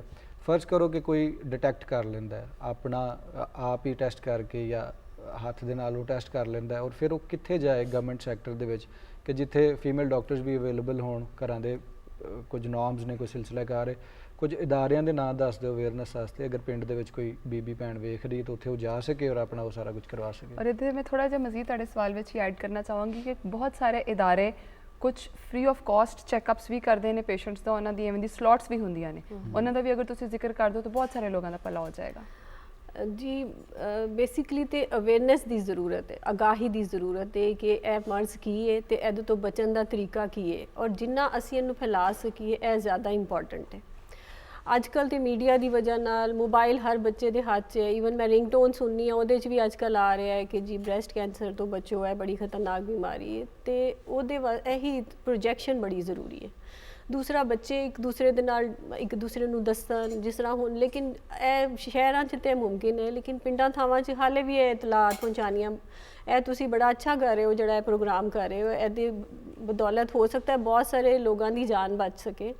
ਜਿਸ ਤਰ੍ਹਾਂ ਤੁਸੀਂ ਦੱਸਿਆ ਹੈ ਕਿ अर्ਲੀ ਡਿਟੈਕਸ਼ਨ ਅਗਰ ਹੋ ਜਾਂਦੀ ਹੈ ਤੇ ਤੁਸੀਂ ਆਪਣੇ ਮੁਆਲਿਜ ਕੋਲ ਜਾਓ। ਮੁਆਲਿਜ ਅਗਰ ਤੁਸੀਂ ਗਾਉਂ 'ਚ ਰਹਿੰਦੇ ਹੋ ਤੇ ਤੁਹਾਡੇ ਪਿੰਡ 'ਚ ਵੀ ਕੋਈ ਡਾਕਟਰ ਹੋਏਗਾ, ਉਹਨੂੰ ਫਿਰ ਤੁਹਾਨੂੰ ਉਹ ਅੱਗੇ ਗਾਈਡ ਕਰ ਦੇਣਗੇ ਕਿ ਵੀ ਤੁਸੀਂ ਕਿੱਥੇ ਜਾਣਾ ਹੈ। ਮੈਂ ਤੁਹਾਨੂੰ ਲਾਹੌਰ ਦੇ ਸ਼ਹਿਰ ਦੇ ਵਿੱਚ ਦੇਖੋ, ਅਗਰ ਤੁਸੀਂ ਗਿਲਟੀ ਮਹਿਸੂਸ ਕਰਦੇ ਹੋ, ਤੁਸੀਂ ਸਭ ਤੋਂ ਪਹਿਲੇ ਆਪਣੇ ਫੈਮਿਲੀ ਫਿਜ਼ੀਸ਼ੀਅਨ ਕੋਲ ਜਾਓ, ਠੀਕ ਹੈ, ਉਹ ਜਾਓ, ਉਹ ਤੁਹਾਨੂੰ ਦੇਖੇਗਾ, ਅਗਰ ਉਹ ਮਹਿਸੂਸ ਕਰਦਾ ਹੈ ਫਿਰ ਆਪ ਨੂੰ ਭੇਜੇਗਾ ਕਿ ਤੁਹਾਡੀ ਮੈਮੋਗ੍ਰਾਫੀ ਹੋਵੇ, ਠੀਕ ਹੈ। ਅੱਜ ਕੱਲ੍ਹ ਤੇ ਅਲਟਰਾਸਾਊਂਡ ਵੀ ਹੁੰਦਾ ਹੈ, ਉਹਦੇ ਉੱਤੇ ਵੀ ਬਹੁਤ ਕੁਝ ਸਮਝ ਆ ਜਾਂਦੀ ਹੈ ਕਿ ਕੈਂਸਰਸ ਗਰੋਥ ਹੈ ਜਾਂ ਕੁਝ ਹੋਰ ਹੈ। ਦੂਸਰੀ ਗੱਲ ਹੈ ਕਿ ਅਗਰ ਤੁਸੀਂ ਮੈਮੋਗ੍ਰਾਫੀ ਕਰਾਓ, ਹਰ ਖਾਤੂਨ ਨੂੰ 35 ਸਾਲ ਦੀ ਉਮਰ ਦੇ ਵਿੱਚ ਇੱਕ ਦਫਾ ਤੁਹਾਨੂੰ ਆਪਣੀ ਮੈਮੋਗ੍ਰਾਫੀ ਜ਼ਰੂਰ ਕਰਾਉਣੀ ਚਾਹੀਦੀ। ਅੱਛਾ, ਲਾਜ਼ਮੀ, ਚਾਹੇ ਉਹਨੂੰ ਕੁਝ ਮਹਿਸੂਸ ਹੋਏ, ਬਿਲਕੁਲ, ਕੋਈ ਇਹ ਇਲਾਮਾਤ ਹੋਣ। ਸਕਰੀਨਿੰਗ ਦਾ ਮਕਸਦ ਹੀ ਇਹ ਹੈ ਕਿ ਤੁਹਾਨੂੰ ਉਹ ਮਰਜ਼ ਤੋਂ ਪਹਿਲੇ ਹੀ ਤੁਸੀਂ ਉਹਨੂੰ ਸਹੀ ਪਕੜ ਹਰ ਖਾਤੂਨ ਨੂੰ ਕਰਾਉਣੀ ਚਾਹੀਦੀ ਹੈ 35 ਸਾਲ ਤੋਂ 35 ਸਾਲ। ਤੇ ਅਗਰ ਤੁਹਾਡੀ ਫੈਮਿਲੀ ਹਿਸਟਰੀ ਹੈ ਵੇ, ਸਮਝੋ ਕਿ ਅਗਰ ਤੁਹਾਡੀ ਨਾਨੀ ਨੂੰ, ਖਾਲਾ ਨੂੰ ਬਲੱਡ ਰਿਲੇਸ਼ਨਸ ਨੇ, ਫਿਰ ਤੁਹਾਨੂੰ ਬਹੁਤ अर्ਲੀ ਸਟੇਜ 'ਚ ਵੀ ਜਾਣਾ ਚਾਹੀਦਾ ਹੈ। ਤੁਹਾਨੂੰ 20 ਸਾਲ ਦੀ ਉਮਰ 'ਚ ਵੀ ਜਾ ਕੇ ਮੈਮੋਗ੍ਰਾਫੀ ਕਰਾਉਣੀ ਚਾਹੀਦੀ ਹੈ। ਜਦੋਂ ਸ਼ੁਰੂ ਸਟੇਜ ਦੇ ਵਿੱਚ ਇਹ ਛਾਤੀ 'ਚ ਹੀ ਹੁੰਦੀ ਹੈ, ਉਸ ਤੋਂ ਬਾਅਦ ਇਹ ਬਗਲ 'ਚ, ਗਰਦਨ 'ਚ, ਔਰ ਬਾਅਦ 'ਚ ਲੇਟਰ ਸਟੇਜਿਸ ਦੇ ਵਿੱਚ ਤੁਹਾਡੇ ਦਿਮਾਗ 'ਚ, ਜਿਗਰ 'ਚ, ਤੁਹਾਡੇ ਲੰਗਸ 'ਚ, ਹਰ ਜਗ੍ਹਾ ਪਹੁੰਚ ਜਾਂਦੀ ਹੈ। ਇੰਨੀ ਦੂਰ ਤੱਕ ਫੈਲ ਜਾਂਦਾ ਹੈ। ਜੀ, ਇੰਟਰਨਲ ਜਿਹੜੇ ਆਰਗਨਸ ਨੇ ਉੱਥੋਂ ਤੱਕ ਜੜਾ ਜਾ ਸਕਦਾ ਹੈ। ਡਾਇਰੈਕਟ ਸਪਰੈਡ ਵੀ ਹੁੰਦਾ ਹੈ ਤੇ ਇਸ ਤੋਂ ਇਲਾਵਾ ਇੱਕ ਹੋਰ ਬਲੱਡ ਦੇ ਥਰੂ ਵੀ ਜਾਂਦੀ ਹੈ। ਤੇ ਉਹ ਐਵੇਂ ਕਿ ਮੁਖਤਲਿਫ ਹਿੱਸਿਆਂ 'ਚ ਆਮ ਤੌਰ ਤੇ ਸਾਡੇ ਜੋ ਦੇਖਣ 'ਚ ਆਇਆ ਨਾ, ਝਿਜਕ ਦੀ ਵਜ੍ਹਾ ਨਾਲ ਜਾਂ ਔਰਤਾਂ ਆਪਣੀ ਚੀਜ਼ ਨੂੰ ਕੋਈ ਇੰਪੋਰਟੈਂਸ ਨਹੀਂ ਦਿੰਦੀਆਂ, ਆਮ ਤੌਰ ਤੇ ਜੋ ਸੈਕੰਡਰੀ ਕੰਪਲੇਂਟਸ ਹੁੰਦੀਆਂ ਨਾ, ਜਿਸ ਤਰ੍ਹਾਂ ਦੂਸਰੇ ਹਿੱਸਿਆਂ 'ਚ ਚਲੇ ਗਏ ਨੇ ਤੇ ਉਹਦੀ ਵਜ੍ਹਾ ਨਾਲ ਜਿਹੜੀ ਪ੍ਰੋਬਲਮ ਜਿਗਰ 'ਚ ਚਲਾ ਗਿਆ, ਯਰਕਾਨ ਹੋ ਗਿਆ, ਪਤਾ ਚੱਲਿਆ ਫੋਕਸ ਤੇ ਬ੍ਰੈਸਟ ਕੈਂਸਰ ਸੀ, ਠੀਕ ਹੈ। ਤੇ ਇਹ ਜਿਹੜੀ ਹੈ ਬਹੁਤ ਇੰਪੋਰਟੈਂਟ ਹੈ ਕਿ ਤੁਸੀਂ ਇਹ ਦੇਖੋ, ਅਗਰ ਤੁਹਾਡੀ ਫੈਮਿਲੀ ਹਿਸਟਰੀ ਹੈ ਤਾਂ ਤੁਹਾਨੂੰ ਬਹੁਤ ਕੌਨਸ਼ੀਅਸ ਹੋਣਾ ਪਏਗਾ, ਠੀਕ ਹੈ। ਤੇ ਅਗਰ ਤੁਹਾਡੀ ਫੈਮਿਲੀ 'ਚ 3 ਲੋਕਾਂ ਨੂੰ ਹੋ ਗਿਆ ਤੇ ਫਿਰ ਤੁਹਾਡੇ ਜੀਨਸ ਦੇ ਵੀ ਟੈਸਟ ਹੋਣਗੇ। ਤੁਹਾਡੀ ਫੈਮਿਲੀ ਦੇ ਵਿੱਚ 2 ਤਰ੍ਹਾਂ ਦਾ ਫੈਮਿਲੀ ਹਿਸਟਰੀ ਦੇ ਵਿੱਚ ਜੈਨੇਟਿਕ ਵੀ ਹੁੰਦਾ ਹੈ ਤੇ ਦੂਸਰਾ ਹੈ ਕਿ ਤੁਹਾਡੇ ਜਿਹੜੇ ਆਸ-ਪਾਸ ਦੇ ਹਾਲਾਤ ਹੋ ਉਹਦੇ ਤੋਂ ਵੀ ਤੁਹਾਨੂੰ ਕੈਂਸਰ ਹੋ ਸਕਦਾ ਹੈ। ਜਿਸ ਤਰ੍ਹਾਂ ਬਾਜ਼ ਜੀ ਇੱਕ ਜਿਵੇਂ ਅਦਾਰਾ PACP ਦੇ ਨਾਂ ਤੋਂ, ਪਾਕਿਸਤਾਨ ਏਡਸ ਕੰਟਰੋਲ ਪ੍ਰੋਗਰਾਮ ਦੇ ਨਾਂ ਤੋਂ ਕੰਮ ਕਰਦਾ ਹੈ, ਬਸ ਸਪੈਸੀਫਿਕਲੀ ਇਸੇ ਬਿਮਾਰੀ ਔਰ ਬਾਕੀ ਜਿਹੜੀ ਐਸਟੀਡੀਜ਼ ਨੂੰ ਜੀ ਬਿਲਕੁਲ। ਕੈਂਸਰ ਕੇਅਰ ਹਸਪੀਟਲ ਜਿਹੜੇ ਉਹਨਾਂ ਨੇ ਵੀ ਆਪਣਾ ਇੱਥੇ ਹਿਜਾਜ਼ ਹਸਪੀਟਲ 'ਚ ਆਪਣਾ ਫ੍ਰੀ ਬਣਾਇਆ ਹੈ। ਉੱਥੇ ਇਸ ਤੋਂ ਇਲਾਵਾ ਸ਼ਾਲੀਮਾਰ ਹਸਪੀਟਲ ਹੈ। ਇਸ ਤੋਂ ਇਲਾਵਾ ਇਦਾਰੇ ਦਾ ਨਾਮ ਮੈਂ ਚਾਹ ਰਿਹਾ ਸੀ ਤੁਸੀਂ ਦੱਸ ਦਿਓ, ਮਤਲਬ ਕੋਈ ਪ੍ਰੋਗਰਾਮ ਅਗਰ ਗਵਰਨਮੈਂਟ ਨੇ ਲਾਂਚ ਕੀਤਾ ਹੈ ਜਾਂ ਕੋਈ ਅਦਾਰਾ ਸਪੈਸੀਫਿਕਲੀ ਸਿਰਫ ਇਸ ਕੰਮ ਲਈ ਬਣਾਇਆ ਤਾਂ ਉਹ ਜ਼ਰੂਰ ਦੱਸ ਦਿਓ। ਦੇਖੋ, ਅਦਾਰੇ ਤੇ ਹਰ ਗਵਰਨਮੈਂਟ ਹਸਪੀਟਲ ਦੇ ਵਿੱਚ ਇਹ ਫੈਸਿਲਿਟੀ ਹੁੰਦੀ ਹੈ, ਮੈਮੋਗ੍ਰਾਫੀ ਵੀ ਹੁੰਦੀ ਹੈ। ਕਾਫੀ ਹਸਪਤਾਲਾਂ ਦੇ ਵਿੱਚ ਹੁਣ ਇਹ ਫੈਸਿਲਿਟੀ ਹੈ ਵੇ, ਤੇ ਮੈਮੋਗ੍ਰਾਫੀ ਜਿਹੜੀ ਹੈ ਅਗਰ ਤੁਹਾਨੂੰ ਉਹਦੇ ਚ ਡਾਇਗਨੋਸ ਹੁੰਦਾ ਹੈ ਕਿ ਗਿਲਟੀ ਹੈ ਵੇ, ਉਸ ਤੋਂ ਬਾਅਦ ਫਿਰ ਅਗਲਾ ਟੈਸਟ ਹੁੰਦਾ ਹੈ, ਉਹਨੂੰ ਟਰੂ ਕੱਟ ਬਾਇਓਪਸੀ ਕਹਿੰਦੇ ਨੇ, ਉਹ ਨੀਡਲ ਦੇ ਨਾਲ ਬਾਇਓਪਸੀ ਲਿੱਤੀ ਜਾਂਦੀ ਹੈ। ਲੇਕਿਨ ਸਾਡੇ ਪਿੰਡਾਂ ਥਾਵਾਂ ਤੇ ਸ਼ਹਿਰਾਂ 'ਚ ਵੀ ਇਹ ਕਨਸੈਪਟ ਹੈ ਕਿ ਅਗਰ ਗਿਲਟੀ ਹੈ ਉਹਨੂੰ ਤੁਸੀਂ ਲੋਹਾ ਲਗਵਾ ਲਿੱਤਾ ਹੈ ਤੇ ਉਹ ਕੈਂਸਰ ਬਣ ਜਾਏਗਾ, ਜਦਕਿ ਇਹ ਗੱਲ ਗਲਤ ਹੈ ਕਿ ਜਦੋਂ ਅਸੀਂ ਬਾਇਓਪਸੀ ਕਰਨੇ ਆ ਤੇ ਆਮ ਤੌਰ ਤੇ ਉਹ ਹੁੰਦਾ ਹੀ ਕੈਂਸਰ ਹੈ, ਉਸੇ ਸੂਰਤ 'ਚ ਹੀ ਉਹ ਬਾਇਓਪਸੀ ਕੀਤੀ ਜਾਂਦੀ। ਤੇ ਉਹ ਅਗਰ ਖਤਰਨਾਕ ਕੈਂਸਰ ਹੈ ਤੇ ਉਹਦੇ ਨਾਲ ਤੇ ਜ਼ਾਹਿਰ ਹੈ ਫਿਰ ਉਹ ਸਪਰੈਡ ਤੇ ਕਰਦਾ ਹੀ ਆਪਣੇ ਆਪ, ਉਹ ਪਹਿਲੇ ਹੀ ਉਹ ਇੰਨਾ ਫੈਲ ਚੁੱਕਿਆ ਹੁੰਦਾ ਹੈ ਕਿ ਜਦੋਂ ਉਹ ਤੁਸੀਂ ਬਾਇਓਪਸੀ ਕਰਦੇ ਹੋ ਤਾਂ ਤੁਹਾਨੂੰ ਪਤਾ ਚੱਲਦਾ ਹੈ, ਫਿਰ ਉਹਦਾ ਇਲਾਜ ਉਹਦੇ ਅਕੋਰਡਿੰਗਲੀ ਚੱਲਦਾ ਹੈ। ਮੇਰੇ ਖਿਆਲ 'ਚ ਇਸ ਬਿਮਾਰੀ ਦੀ ਜਾਨਲੇਵਾ ਹੋਣ ਦੀ ਵਜ੍ਹਾ ਸਾਡੇ ਮੁਲਕ ਵਿੱਚ ਇਹੀ ਹੈ ਕਿ ਇਹਦੇ ਨਾਲ ਟੈਬੂਸ ਅਟੈਚ ਨੇ, ਟੈਬੂਸ ਜੁੜੇ ਹੋਏ ਨੇ, ਮੁxtਲਿਫ ਕਿਸਮ ਦੀ ਮਿਥਸ ਜੁੜੀਆਂ ਹੋਈਆਂ ਨੇ। ਕਿਉਂਕਿ ਅਗਰ ਅਸੀਂ ਦੇਖੀਏ ਤੇ ਬ੍ਰੈਸਟ ਕੈਂਸਰ ਦੀ ਜਿਹੜੀ ਰੇਸ਼ੋ ਹੈ, ਰੇਟ ਹੈ, ਉਹ ਬਾਹਰ ਦੇ ਮੁਲਕਾਂ 'ਚ ਬਹੁਤ ਹੈ, ਪਰ ਉੱਥੇ ਡੈਥ ਰੇਟ ਘੱਟ ਹੈ। ਉੱਥੇ ਦੇਖੋ ਉੱਥੇ ਅਸਲ 'ਚ अर्ਲੀ ਡਿਟੈਕਸ਼ਨ ਹੋ ਜਾਂਦੀ ਹੈ। ਆਮ ਤੌਰ ਤੇ ਪਹਿਲੇ ਜ਼ਮਾਨੇ 'ਚ ਇਹ ਸਮਝਿਆ ਜਾਂਦਾ ਸੀ, ਜਦੋਂ ਅਸੀਂ ਸਟੂਡੈਂਟ ਸੀ ਉਦੋਂ ਇਹ ਸਮਝਿਆ ਜਾਂਦਾ ਸੀ ਕਿ 올ਡ ਏਜ ਦੀ ਬਿਮਾਰੀ ਹੈ, ਵੈਸਟ ਦੀ ਬਿਮਾਰੀ ਹੈ। ਤੇ ਉੱਥੇ ਇਸ ਵਾਸਤੇ ਇਹ ਜ਼ਿਆਦਾ ਹੈ ਕਿ ਉੱਥੇ ਲੇਟ ਮੈਰਿਜਸ ਹੁੰਦੀਆਂ ਨੇ, ਬੱਚੇ ਲੇਟ ਉਮਰ 'ਚ ਪੈਦਾ ਕਰਦੀਆਂ ਜਾਂ ਘੱਟ ਪੈਦਾ ਕਰਦੀਆਂ ਜਾਂ ਨਹੀਂ ਪੈਦਾ ਕਰਦੀਆਂ। ਆਮ ਤੌਰ ਤੇ ਸਮਝਿਆ ਜਾਂਦਾ ਸੀ ਕਿ ਇਹ ਉਹਨਾਂ ਔਰਤਾਂ 'ਚ ਹੁੰਦਾ ਹੈ ਜਿਹੜੇ ਬੱਚੇ ਨਹੀਂ ਪੈਦਾ ਕਰਦੀਆਂ, ਉਹਨਾਂ ਨੂੰ ਦੁੱਧ ਨਹੀਂ ਪਿਲਾਉਂਦੀਆਂ, ਇਸ ਤੋਂ ਇਲਾਵਾ ਲੇਟ ਮੈਰਿਜਸ। ਲੇਕਿਨ ਹੁਣ ਤੇ 20-22 ਸਾਲ 23 ਸਾਲ ਦੀ ਉਮਰ 'ਚ ਵੀ ਬਹੁਤ ਕੇਸਿਸ ਮਿਲਦੇ ਨੇ। ਚਲੋ ਇਸ ਬਾਰੇ ਡਿਟੇਲ ਨਾਲ ਅਸੀਂ ਡਾਕਟਰ ਸਾਹਿਬ ਗੱਲ ਕਰਾਂਗੇ ਔਰ ਇੱਕ ਬ੍ਰੇਕਲ ਜਾਣਾ ਹੈ, ਅਗਰ ਤੁਸੀਂ ਦੋਵੇਂ ਇਜਾਜ਼ਤ ਦਿਓ ਤੇ ਫਿਰ ਅਸੀਂ ਬ੍ਰੇਕਲ ਜਾਈਏ ਔਰ ਫਿਰ ਉੱਥੋਂ ਵਾਪਸ ਆਵਾਂਗੇ ਤੇ ਫਿਰ ਬਾਕੀ ਗੱਲਾਂ ਕਰਾਂਗੇ। ਨਾਜ਼ਰੀਨ, ਬ੍ਰੇਕ ਦਾ ਸਮਾਂ ਹੋ ਗਿਆ, ਨਿੱਕੀ ਜਿਹੀ ਇੱਕ ਬ੍ਰੇਕ ਲੈਣੀ ਹੈ, ਨਿੱਕਾ ਜਿਹਾ ਇੱਕ ਵਿੱਥ ਪਾਣੀ ਹੈ ਔਰ ਫਿਰ ਮੁੜ ਕੇ ਵਾਪਸ ਆਣਾ ਹੈ, ਰਹਿਣਾ ਸਾਡੇ ਨਾਲ।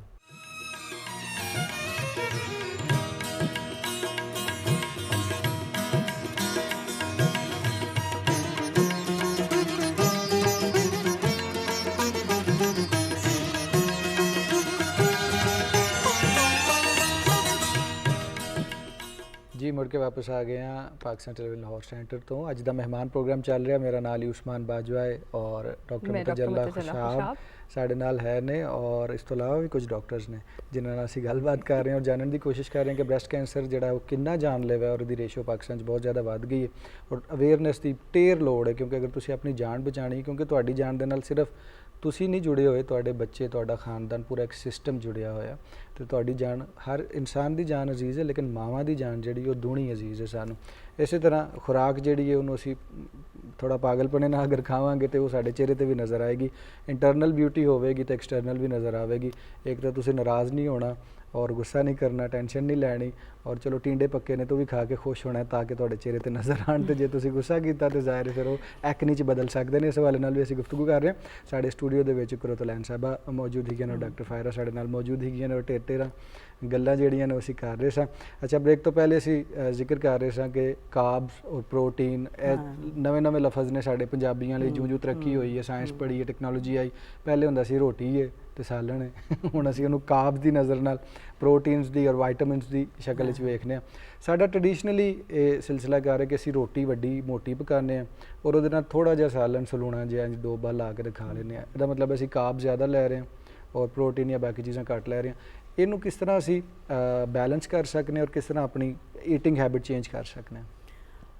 मसला पता की सी, मसला सी कि असी उहदे काम करने सां, असी हल भी चलाने सां, मावां लस्सी भी रिड़कदियां सन, मावां कपड़े भी धोंदियां सन। हुण मसला है वे कि रोटी अगर मोटी खावांगे तो फिर साडियां कैलोरीज, जैसे मैं तुहानूं पहले भी दस्सिया कि 350 कैलोरीज ला लो। एक पेड़ा तुसी अगर 100 ग्राम का भी ले लिया ना तो या अद्धा ले लिया, ठीक है ना, 50 ग्राम का भी ले लिया पेड़ा तो वो 140 या 120 कैलोरीज ने, ठीक है।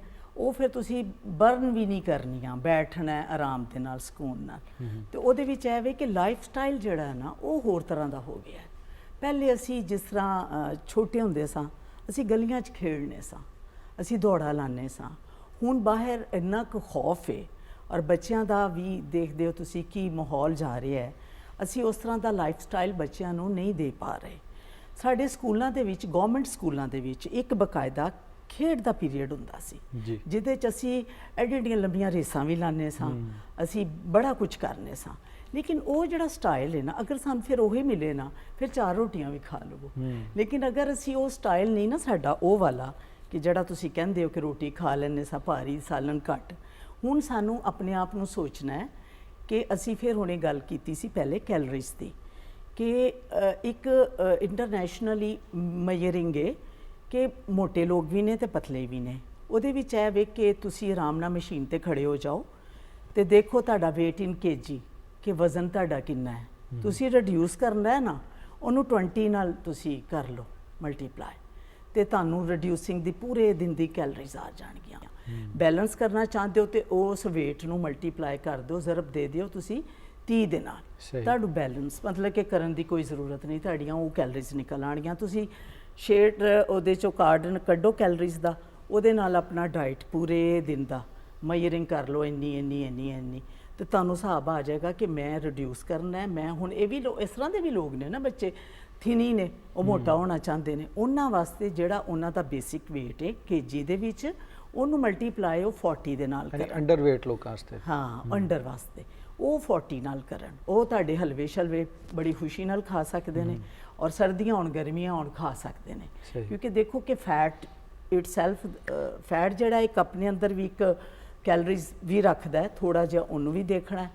ਤੇ ਇਹ ਚੀਜ਼ਾਂ ਜਿਹੜੀਆਂ ਹੁਣ ਸਾਡੀ ਲਾਈਫ ਦੇ ਅੰਦਰ ਨੇ ਉਹ ਆ ਚੁੱਕੀਆਂ ਨੇ। ਅਸੀਂ ਸਾਰਾ ਦਿਨ ਕੰਪਿਊਟਰ ਤੇ, ਸਾਰਾ ਦਿਨ ਬੱਚੇ ਆਈਪੈਡ ਨਾਲ, ਆਈਫੋਨ ਦੇ ਨਾਲ, ਇਹ ਚੀਜ਼ ਹੁਣ ਇੱਕ ਦੌੜ ਲੱਗ ਗਈ ਹੈ, ਇੱਕ ਦੌੜ ਲੱਗ ਗਈ ਹੈ। ਪਹਿਲੇ ਦੌੜ ਹੋਰ ਸੀ, ਹੁਣ ਦੌੜ ਹੋਰ ਹੈ। ਅੱਗੇ ਦੌੜ ਐ ਸੀ ਕਿ ਜੀ ਬਣਨਾ ਹੈ ਕੁਛ, ਹੁਣ ਐ ਵੇ ਕਿ ਕਿਹੜਾ ਸਕੂਲ, ਕਿਹੜਾ ਤੇਰਾ ਫੋਨ, ਕਿਹੜਾ ਕੀ।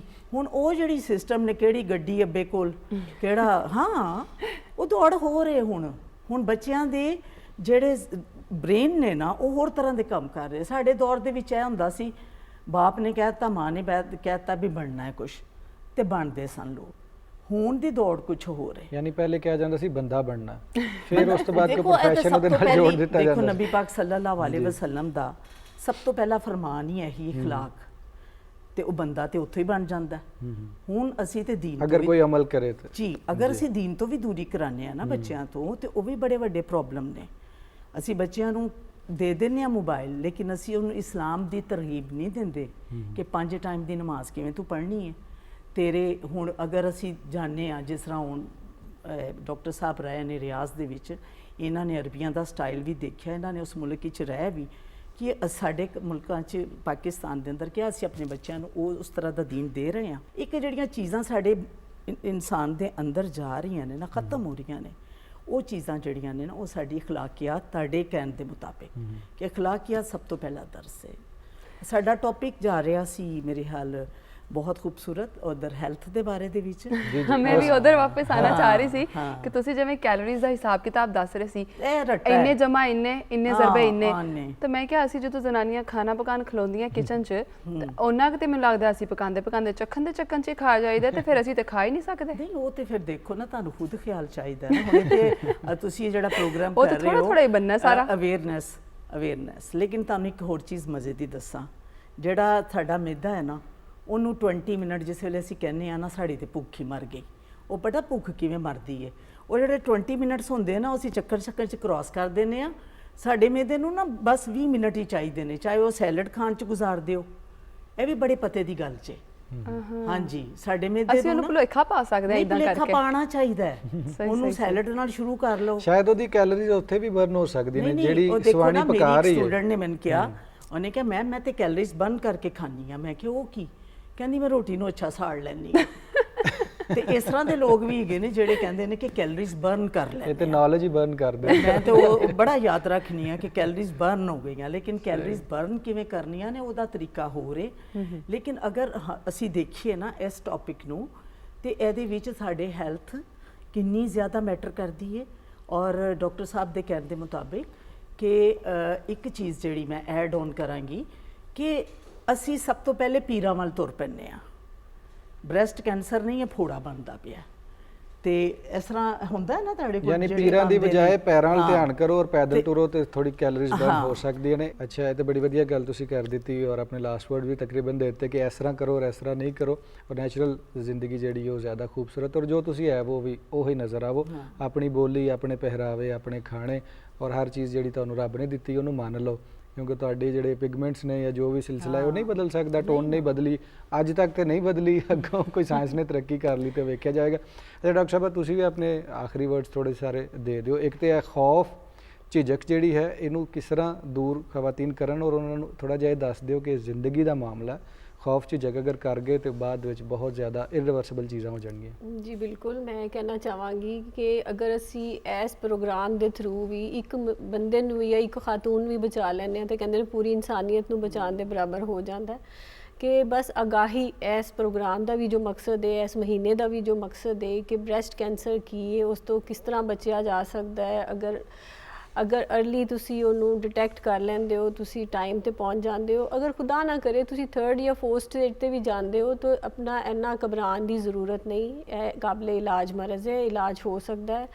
ਉਹਦੇ ਵਾਸਤੇ ਐਵੇਂ ਕਿ ਖੁਦਾ ਨਾ ਕਰੇ ਅਗਰ ਤੁਸੀਂ ਜ਼ਿਆਦਾ, ਤੁਹਾਨੂੰ ਆਮ ਤੌਰ ਤੇ ਇਹੀ ਡਰ ਹੁੰਦਾ ਨਾ ਕਿ ਵੀ ਬ੍ਰੈਸਟ ਰਿਮੂਵ ਕਰ ਦੇਣਗੇ, ਲੇਕਿਨ ਜ਼ਿੰਦਗੀ ਜਿਹੜੀ ਹੈ ਉਹ ਇਸ ਦੇ ਨਾਲੋਂ ਬਹੁਤ ਕੀਮਤੀ ਹੈ। ਬਿਲਕੁਲ ਇਸੇ ਤਰ੍ਹਾਂ। ਅੱਛਾ, ਇਹ ਡਾਕਟਰ ਸਾਹਿਬ ਸਿਰਫ ਫੀਮੇਲ ਜੈਂਡਰਸ ਦਾ ਹੀ ਮਸਲਾ ਹੈ ਜਾਂ ਮੇਲਸ ਦੇ ਵਿੱਚ ਵੀ ਆਉਂਦਾ ਹੈ? ਦੇਖੋ 1% ਜਿਹੜੇ ਵੀ ਬ੍ਰੈਸਟ ਕੈਂਸਰਸ ਨੇ ਉਹਨਾਂ ਦੇ ਵਿੱਚ ਆਦਮੀਆਂ ਨੂੰ ਵੀ ਹੁੰਦਾ ਹੈ, ਤੇ ਇਹਦੀ ਤੁਸੀਂ ਇਸ ਤੋਂ ਅੰਦਾਜ਼ਾ ਲਗਾਓ, ਹੁੰਦਾ ਹੈ ਲੇਕਿਨ ਥੋੜਾ ਘੱਟ ਹੁੰਦਾ ਹੈ ਕਿਉਂਕਿ ਇਹ ਆਮ ਤੌਰ ਤੇ ਔਰਤਾਂ ਦੇ ਨਾਲ ਹੀ ਮੁੰਸਲਿਕ ਜ਼ਿਆਦਾ ਹੈ। Thank you so much doctor ਸਾਹਿਬ, ਤੁਸੀਂ ਡਿਟੇਲ ਨਾਲ ਸਾਨੂੰ ਇਸ ਬਾਰੇ ਦੱਸਿਆ ਔਰ ਇਹ ਦੱਸਿਆ ਕਿ ਜ਼ਿੰਦਗੀ ਜ਼ਿਆਦਾ ਪਿਆਰੀ ਹੈ, ਬਾਕੀ ਚੀਜ਼ਾਂ ਕੋਈ ਆਰਗਨ ਅਗਰ ਤੁਹਾਡੀ ਬਾਡੀ ਨਾਲ ਨਹੀਂ ਤੁਹਾਨੂੰ ਵੀ ਰਹਿੰਦਾ। ਕ੍ਰੈਡਿਟ ਜਾਂਦਾ ਹੈ ਕਿ ਤੁਸੀਂ ਇੰਟਰਸਟ ਦੇ ਨਾਲ ਇਹ ਪ੍ਰੋਗਰਾਮ ਕਰ ਰਹੇ ਹੋ ਤੇ ਲੋਕਾਂ ਦੇ ਵਿੱਚ ਆਗਾਹੀ ਫੈਲਾ ਰਹੇ ਹੋ, ਤੇ ਇਹਦਾ ਤੁਹਾਨੂੰ ਬਹੁਤ ਹੀ ਅਜਰ ਮਿਲੇਗਾ। Thank you so much doctor Sahiba, thank you so much. ਫਿਰ ਕਦੀ ਮਿਲ ਬੈਠਾਂਗੇ ਔਰ ਮਜ਼ੀਦ ਡਿਟੇਲ ਨਾਲ ਇਹਦੇ ਸਵਾਲ ਨਾਲ ਗੁਫ਼ਤਗੂ ਕਰਾਂਗੇ। ਕੁਰਤੁਲੈਨ ਸਾਹਿਬਾ, ਬਹੁਤ ਹੀ ਵਧੀਆ ਲੱਗਾ। ਔਰ ਉਹ ਬੀਬੀਆਂ ਜਿਨ੍ਹਾਂ ਦੇ ਘਰ ਇਸ ਟਾਈਮ ਘੱਟੋ ਘੱਟ ਕੇਲੇ ਦਰਜਨ ਪਏ ਨੇ, ਉਹਨਾਂ ਚੋਂ 6 ਖਾਕਤੇ ਨੇ, ਬਕਾਇਆ 6 ਫਿਰ ਮੂੰਹ ਤੇ ਲਾ ਲਓ। ਇੱਕ ਨਹੀਂ, ਉਹ 6 ਬੀਬੀਆਂ ਘਰ ਦੀਆਂ ਫਿਰ 6 ਕੇਲੇ ਲੱਗ ਜਾਣ ਤੇ ਫਿਰ ਉਹਨਾਂ ਕਿਹੜਾ ਤੇ ਆਪਣਾ ਮੁਲਕ ਹੈ ਨਾ, ਬਿਲਕੁਲ ਘਰ ਦੀ ਬਿਊਟੀ, ਘਰ ਦਾ ਬਿਊਟੀ ਪਾਰਲਰ ਬਣ ਗਿਆ ਜੀ। ਆਪਣੇ ਮੁਲਕ ਦੀ ਫਰਟੈਲਿਟੀ ਤੋਂ ਫਾਇਦਾ ਚੁੱਕਣ ਔਰ ਆਪਣੇ ਮੁਲਕ ਦੀਆਂ ਜਿਹੜੀਆਂ ਚੀਜ਼ਾਂ ਨੇ, ਮੇਰੇ ਖਿਆਲ ਵਿੱਚ ਸਾਨੂੰ ਅੱਲਾਹ ਤਾਲਾ ਨੇ ਬੜੀਆਂ ਨਿਮਤਾਂ ਨਾਲ ਨਵਾਜ਼ਿਆ। ਬਹੁਤ ਸ਼ੁਕਰੀਆ, ਬਹੁਤ ਮਿਹਰਬਾਨੀ। ਜਿਹੜੀ ਤੁਸੀਂ ਗੱਲ ਕੀਤੀ ਸੀ ਨਾ ਕਿ ਆਪਣੇ ਫਲਾਂ ਨਾਲ, ਆਪਣੀਆਂ ਸਬਜ਼ੀਆਂ ਨਾਲ ਮੁਹੱਬਤ ਕਰੋ, ਇਹ ਲਫ਼ਜ਼ ਲਾਈਨ ਬਹੁਤ ਅੱਛੀ ਲੱਗੀ ਔਰ ਵਾਕਈ ਮੁਹੱਬਤ ਵੰਡੋਗੇ ਤਾਂ ਮੁਹੱਬਤ ਵਾਪਸ ਆਏਗੀ। ਬਹੁਤ ਸ਼ੁਕਰੀਆ। ਫਿਰ ਕਿਸੇ ਦਿਹਾੜੇ ਬਾਂਗੇ ਔਰ ਬਾਕੀ ਦੀਆਂ ਜਿਹੜੀ ਗੱਲਾਂ ਰਹਿ ਗਈਆਂ ਉਹ ਕਰ ਲਾਂਗੇ ਜੀ। ਨਾਜ਼ਰੀਨ, ਇਹ ਸਾਰਾ ਕੁਝ ਜਿਹੜਾ ਹੈ ਤੁਹਾਡੇ ਮੁਲਕ ਦੇ ਵਿੱਚ ਉਗਦਾ ਹੈ। ਤੁਸੀਂ ਇੱਕ ਜ਼ਰਾਈ ਮੁਲਕ ਹੋ, ਸਬਜ਼ੀਆਂ, ਫਲ, ਇਹ ਸਾਰਾ ਕੁਝ ਤੁਸੀਂ ਉਗਾ ਕੇ ਐਕਸਪੋਰਟ ਵੀ ਕਰਦੇ ਹੋ, ਆਪਣੇ ਦੂਜੇ ਸੂਬਿਆਂ ਨੂੰ ਵੀ ਦਿੰਦੇ ਹੋ।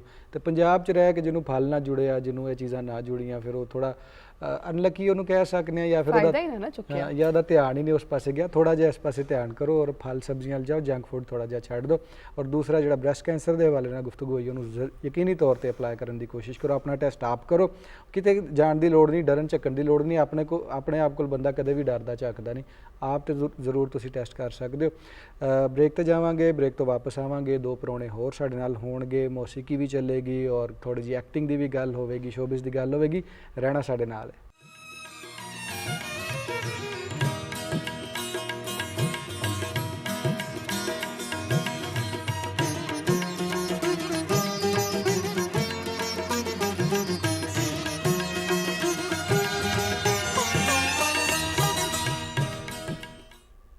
ਜੀ ਨਾਜ਼ਰੀਨ, ਵੈਲਕਮ ਬੈਕ। ਪ੍ਰੋਗਰਾਮ ਅੱਜ ਦੇ ਮਹਿਮਾਨ ਵਿੱਚ ਇੱਕ ਵਾਰੀ ਫਿਰ ਤੁਹਾਨੂੰ ਸਾਰਿਆਂ ਨੂੰ ਜੀ ਆਇਆਂ ਨੂੰ ਕਵਾਂਗੇ।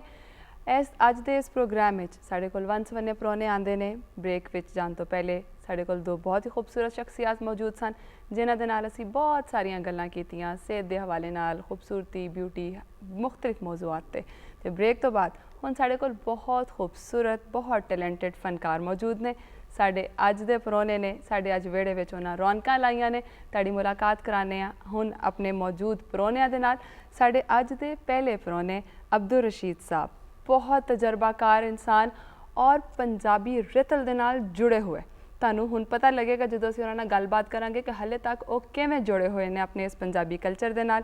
ਉਹਨਾਂ ਨੇ ਸਨ 1975 ਵਿੱਚ ਪਹਿਲੀ ਦਫਾ ਸਕਰੀਨ ਦਾ ਸਾਹਮਣਾ ਕੀਤਾ ਔਰ ਉਹ ਤੋਂ ਬਾਅਦ ਆਪਣੇ ਇਸ ਕੰਮ ਦਾ ਬਾਕਾਇਦਾ ਆਗਾਜ਼ ਜਿਹੜਾ ਹੈ ਉਹ 1983 'ਚ ਕੀਤਾ ਔਰ ਉਹ ਸਫ਼ਰ ਫਿਰ ਜਾਰੀ ਉਹ ਸਾਰੀ ਰਿਹਾ। ਉਹਨਾਂ ਨੇ ਬਹੁਤ ਡਰਾਮੇ ਕੀਤੇ, ਬਹੁਤ ਸਾਰੇ ਰੇਡੀਓ ਸ਼ੋਜ਼ ਕੀਤੇ। ਰਾਹੇ ਡਰਾਮਾ ਉਹਨਾਂ ਦੀ ਪਹਿਚਾਨ ਦੀ ਵਜ੍ਹਾ ਬਣਿਆ ਔਰ ਪੰਜਾਬੀ ਦੇ ਜਿਹੜੇ ਬਹੁਤ ਮਸ਼ਹੂਰ ਡਰਾਮੇ ਉਹਨਾਂ ਦੇ ਹੈ ਨੇ, ਕੀਤੇ ਤੇ ਉਹਨਾਂ ਨੇ ਬਹੁਤ ਜ਼ਿਆਦਾ ਨੇ, ਲੇਕਿਨ ਜਿਹੜੇ ਹੁਣ ਉਹਨਾਂ ਨੂੰ ਵੀ ਯਾਦ ਨੇ ਉਹਨਾਂ ਵਿੱਚ ਹੈ ਅੱਜ ਦੀ ਕਹਾਣੀ, ਉਡਾਰੀ, ਕਿੱਕਰ ਕੰਡੇ, ਆਪੀ ਰਾਂਝਾ ਹੋਏ। ਤੇ ਉਹਨਾਂ ਦਾ ਇੱਕ ਡਰਾਮਾ ਪੱਤਨ ਵਿੱਚ ਉਹਨਾਂ ਦੀ ਬੜੀ ਮਸ਼ਹੂਰ ਲਾਈਨ ਕਿ ਉਹ ਪਰਾਂ ਮੂੰਹ ਕਰ ਤੂੰ, ਮੈਂ ਤੇ ਅੱਗੇ ਬਿਮਾਰ ਸ਼ੁਮਾਰ ਰਹਿਣਾ, ਤੁਹਾਨੂੰ ਸਾਰਿਆਂ ਨੂੰ ਯਾਦ ਹੋਏਗੀ। ਉਸ ਤੋਂ ਇਲਾਵਾ ਡਾਚੀ ਡਰਾਮੇ ਦੇ ਵਿੱਚ ਉਹਨਾਂ ਨੇ ਇੱਕ ਮਨਿਆਰੀ ਵਾਲੇ ਦਾ ਕਿਰਦਾਰ ਅਦਾ ਕੀਤਾ। ਅਸੀਂ ਅੱਜ ਆਪਣੇ ਇਸ ਪ੍ਰੋਗਰਾਮ ਵਿੱਚ ਉਹਨਾਂ ਨੂੰ ਜੀ ਆਇਆਂ ਨੂੰ ਕਹਿੰਦੇ ਹਾਂ ਜੀ। ਅਸਲਾਮ ਵਾਲੇਕੁਮ ਅਬਦੁਲ ਰਸ਼ੀਦ ਸਾਹਿਬ, ਕੀ ਹਾਲ ਚਾਲ ਹੈ ਤੁਹਾਡਾ? ਸ਼ੁਕਰ ਅਲਹਮਦੁਲਿਲਾ। ਮੈਂ ਕਿਹਾ ਜਿਹੜਾ ਤੁਸੀਂ ਮਨਿਆਰੀ ਵਾਲੇ ਦਾ ਕਿਰਦਾਰ ਅਦਾ ਕੀਤਾ ਸੀ, ਜ਼ਰਾ ਉਸੇ ਤਰ੍ਹਾਂ ਹੀ ਸਲਾਮਤਾ ਕਰਕੇ ਵਿਖਾਓ। ਉਹ ਹੈਗਾ ਜੀ ਕਿ ਪੀਲੀ ਲੋ ਕੋਕੇ ਲੋ ਨਾਲੇ ਲੋ ਪ੍ਰਾਂਦੇ ਲੋ ਕੰਗੀ ਲੋ ਸ਼ੀਸ਼ਾ ਲੋ ਸੁਰਮੀ ਲੋ ਸੁਰਮਾ ਲੋ ਕਲਿਪਕਾਂ ਤੇ ਕੰਨ ਦੀਆਂ ਵਾਲੀਆਂ ਲੋ ਸੁਰਖੀ ਲੋ ਪਾਊਡਰ ਲੋ ਕਰੀਮਾਂ ਲੋ ਵੈਸਲੀਨਾ ਲੋ ਦਾਤਨ ਲੋ ਮੰਜਨ ਲੋ ਗੋਟਾ ਲੋ ਕਿਨਾਰੀ ਲੋ ਸਲਾਮ ਅਲੈਕੁਮ। ਵਾਲੇਕੁਮ ਅਸਲਾਮ। ਵਾਲੇਕੁਮ ਸਲਾਮ ਜੀ। ਬਿਲਕੁਲ ਇਹ ਸਲਾਮ ਤੁਹਾਨੂੰ ਸਾਰਿਆਂ ਨੂੰ ਕਬੂਲ ਹੋਵੇ ਔਰ ਨਾ ਸਿਰਫ ਟੈਲੀਵਿਜ਼ਨ ਬਲਕਿ ਰੇਡੀਓ ਤੇ ਵੀ ਤੁਸੀਂ ਉਹਨਾਂ ਦੀ ਆਵਾਜ਼ ਸੁਣੀ ਹੋਏਗੀ ਕਈ ਡਰਾਮਾਸ ਦੇ ਵਿੱਚ, ਕਈ ਪ੍ਰੋਗਰਾਮਸ ਦੇ ਵਿੱਚ ਜਿਹੜੇ ਕਿ ਉਹਨਾਂ ਨੇ ਕੀਤੇ, ਜਿਵੇਂ ਪੰਜਾਬੀ ਦਰਬਾਰ ਹੋ ਗਿਆ ਜਾਂ ਹੋਰ ਇਸ ਤਰ੍ਹਾਂ ਦੇ ਢੇਰ ਉਹਨਾਂ ਨੇ ਕੰਮ ਕੀਤੇ ਹੋਏ ਨੇ। ਔਰ ਇਹਨਾਂ ਦੇ ਨਾਲ ਜਿੱਥੇ ਜਿਵੇਂ ਮੁਤਜੱਲਾ ਕਹਿ ਰਹੀਆਂ ਸੀ ਉਹਨਾਂ ਬੜੇ ਡਰਾਮੇ ਕੀਤੇ ਨੇ ਤੇ ਹਲੇ ਵੀ ਉਹ ਡਰਾਮੇ ਕਰਦੇ ਨੇ ਔਰ ਕਰਦੇ ਰਹਿਣਗੇ, ਇਸੇ ਤਰ੍ਹਾਂ ਹਸਾਉਂਦੇ ਰਹਿਣਗੇ।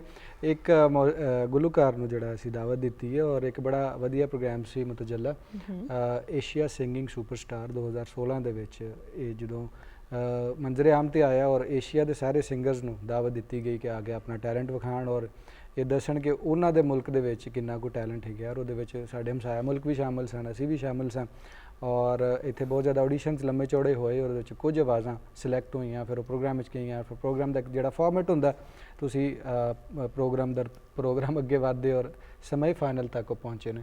ਸੈਮੀ ਫਾਈਨਲ ਤੱਕ ਉਹਨਾਂ ਨੇ ਖੇਡਿਆ, ਪਾਕਿਸਤਾਨ ਨੂੰ ਰਿਪਰੈਜ਼ੈਂਟ ਕੀਤਾ ਔਰ ਦੱਸਿਆ ਕਿ ਸਾਡੇ ਕੋਲ ਕਿੰਨੀਆਂ ਵਧੀਆ ਆਵਾਜ਼ਾਂ ਹਾਲੇ ਵੀ ਮੌਜੂਦ ਨੇ ਔਰ ਆਇੰਦਾ ਵੀ ਹੁੰਦੀਆਂ ਰਹਿਣਗੀਆਂ। ਔਰ ਪਿਛਲੀ ਜਿਹੜੀ ਸਾਡੀ ਲੈਗੇਸੀ ਉਹ ਤਾਂ ਤੁਸੀਂ ਜਾਣਦੇ ਹੀ ਹੋ। ਇਸ ਤੋਂ ਇਲਾਵਾ ਜਨਾਬ ਉਹ ਤਾਲੀਮ ਉਹਨਾਂ ਨੇ ਯਕੀਨੀ ਤੌਰ ਤੇ ਹਾਸਿਲ ਕੀਤੀ। ਬਹੁਤ ਜ਼ਿਆਦਾ ਇਸ ਤਰ੍ਹਾਂ ਦੇ ਆਰਟਿਸਟ ਅਸੀਂ ਵੇਖੇ ਨੇ, ਸਿੰਗਰ ਸਪੈਸ਼ਲੀ ਜਿਹੜੇ ਕਿ ਕਾਲਜ ਯੂਨੀਵਰਸਿਟੀ ਦੀ ਬਕਾਇਦਾ ਤਾਲੀਮ ਨਹੀਂ ਲੈਂਦੇ, ਉਹ ਮਿਊਜ਼ਿਕ ਦੀ ਤਾਲੀਮ ਥੋੜੀ ਉਹ ਜ਼ਿਆਦਾ ਲੈਂਦੇ ਨੇ, ਲੇਕਿਨ ਸਾਡੇ ਪ੍ਰਾਹੁਣੇ ਨੇ ਇਹ ਤਾਲੀਮ ਵੀ ਹਾਸਿਲ ਕੀਤੀ ਔਰ ਅੱਜ ਕੱਲ੍ਹ ਕੀ ਕਰ ਰਹੇ ਨੇ, ਅੱਗੋਂ ਕੀ ਕਰਨਾ ਚਾਹ ਰਹੇ ਹੋ, ਸਾਰਾ ਕੁਝ ਅਸੀਂ ਜਾਣਨ ਦੀ ਕੋਸ਼ਿਸ਼ ਕਰਾਂਗੇ। ਨਾ ਜਨਾਬ ਇਹਨਾਂ ਦਾ ਅਲੀ ਬਖਸ਼ ਔਰ ਸਾਡੇ ਸਟੂਡੀਓ ਵਿੱਚ ਮੌਜੂਦ ਨੇ। अस्सलाम वालेकुम अली बख्श। वालेकुम सलाम सर। ਇਹ कैसा सलाम लग गया था अब्दुल रशीद साहब? मैं तो 10 मिनट सोचा पहले कि हुण सलाम कित्थे होने ते सलाम आया तो ਬਿਲਕੁਲ ਇਸੇ ਤਰ੍ਹਾਂ। ਅੱਛਾ ਇਹ ਦੱਸੋ ਕਿ ਪਹਿਲਾਂ ਤੁਹਾਡੀ ਜਰਨੀ ਸ਼ੁਰੂ ਕਰਨੀ ਆ ਕਿ ਕਿਹੜੇ ਗ੍ਰਾਮ 'ਚ, ਕਿਹੜੇ ਸ਼ਹਿਰ, ਕਿਹੜੇ ਪਿੰਡ ਤੋਂ ਇਹ ਜਰਨੀ ਸ਼ੁਰੂ ਹੁੰਦੀ ਔਰ ਫਿਰ ਨਾਤ ਖਾਨੀ ਸ਼ੁਰੂ ਹੁੰਦੀ, ਜਿਵੇਂ ਬਾਲਾਂ ਨੂੰ ਕਿਹਾ ਜਾਂਦਾ ਵੀ ਨਾਤ ਪੜੋ ਜਾਂ ਮਿਲੀ ਨਗਮਾ ਗਾ ਦਿਓ, ਔਰ ਉਹ ਫਿਰ ਅੱਗੇ ਕਿਸ ਤਰ੍ਹਾਂ ਵੱਧਦੀ ਹੈ? हाँ बिल्कुल ऐसे ही। मैं शुरकोट माई बाप जिते सुल्तान बाबू जी के माई बाप ने ਉਹਦੇ ਨਾਲ ਹੀ ਇੱਕ ਛੋਟਾ ਜਿਹਾ ਗਾँव ਖਾਕੀ ਲੱਖੀ ਉਸ ਦਾ ਗਾँव ਦਾ ਨਾਮ। ਉੱਥੇ ਮਤਲਬ ਮੇਰਾ ਬਚਪਨ ਖਰਾਂ ਵਾਲਾ ਉਸ ਦੇ ਨਾਲ ਹੁੰਦਾ ਹੀ ਅੱਗੇ ਲਿੰਕ ਗਾँव ਬਣਾ ਲਓ ਤੁਸੀਂ। ਉੱਥੇ ਮਤਲਬ ਪੈਦਾਇਸ਼ ਹੋਈ, ਉੱਥੇ ਬਚਪਨ ਗੁਜ਼ਰਿਆ ਤੇ ਉਹਦੇ ਬਾਅਦ ਲਾਹੌਰ ਸ਼ਿਫਟ ਹੋ ਗਿਆ। ਤੇ ਨਾਤ ਜਿਸ ਤਰ੍ਹਾਂ ਤੁਸੀਂ ਕਹਿ ਰਹੇ ਹੋ ਨਾ ਕਿ ਜਦੋਂ ਕੋਈ ਨਹੀਂ ਹੁੰਦਾ ਚੱਲ ਪੁੱਤਰ ਤੂੰ ਨਾਤ ਪੜ੍ਹ। ਹਾਂ ਨਾਤ ਪੜ੍ਹੀ ਔਰ ਅਲਹਮਦੁਲਿਲਾ ਮੈਂ 100 ਤੋਂ ਜ਼ਿਆਦਾ ਅਵਾਰਡ ਪਾਕਿਸਤਾਨ ਲੈਵਲ ਦੇ ਕਾਲਜ ਯੂਨੀਵਰਸਿਟੀ ਤੱਕ ਨਾਤ ਦੇ ਵੀ ਜਿੱਤੇ।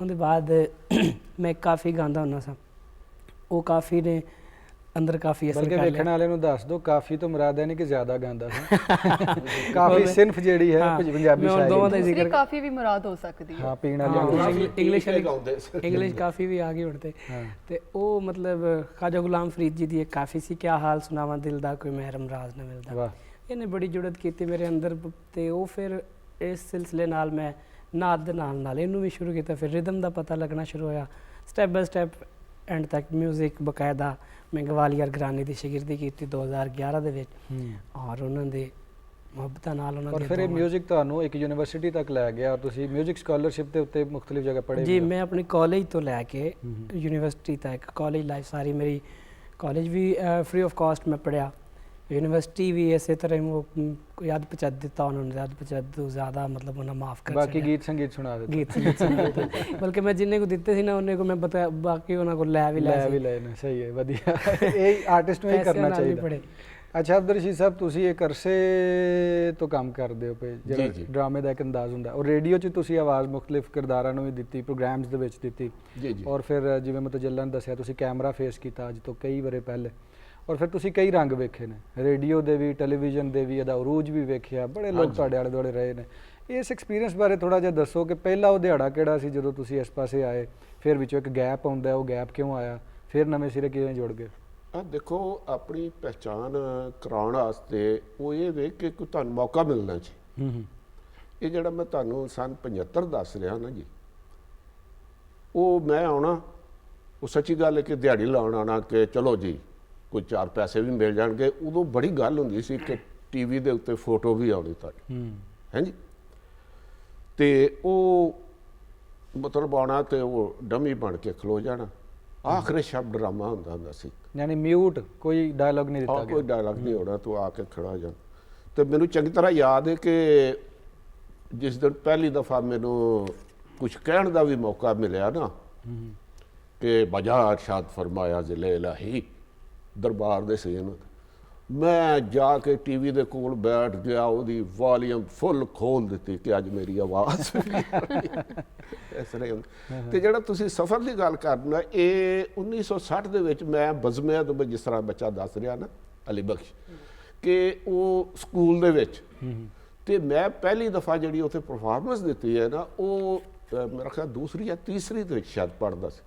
ਤੇ 1960 ਦੀ ਗੱਲ, ਉਹ ਇਰਫਾਨ ਖੂਸੜ ਦੇ ਅੱਬਾ ਜੀ ਸੁਲਤਾਨ ਖੂਸੜ ਸਾਹਿਬ, ਜਿਹੜੇ ਨੂਰਦੀਨ ਦਾ ਕਰੈਕਟਰ ਕਰਦੇ ਸਨ ਸੋਹਣੀ ਧਰਤੀ ਪ੍ਰੋਗਰਾਮ, ਉਦੋਂ ਇਹਦਾ ਨਾਮ ਹੁੰਦਾ ਸੀ ਜਮਹੂਰ ਦੀ ਆਵਾਜ਼। ਸਹੀ ਹੈ ਜੀ। ਤੇ ਉਹ ਇਹ ਵੀ ਮੈਂ ਦੱਸ ਦਿਆਂ ਕਿ ਉਹ ਜਿਹੜਾ ਬਾਬੇ ਦੀ ਆਵਾਜ਼ ਕੱਢਦੇ ਸਨ ਨਾ ਨੂਰਦੀਨ ਸਾਹਿਬ, ਇਹ ਜਿੰਨੇ ਵੀ ਹੁਣ ਐਕਟਰ ਨੇ ਨਾ, ਆਰਟਿਸਟ ਨੇ, ਉਹਨਾਂ ਨੂੰ ਫਾਲੋ ਕਰਦੇ।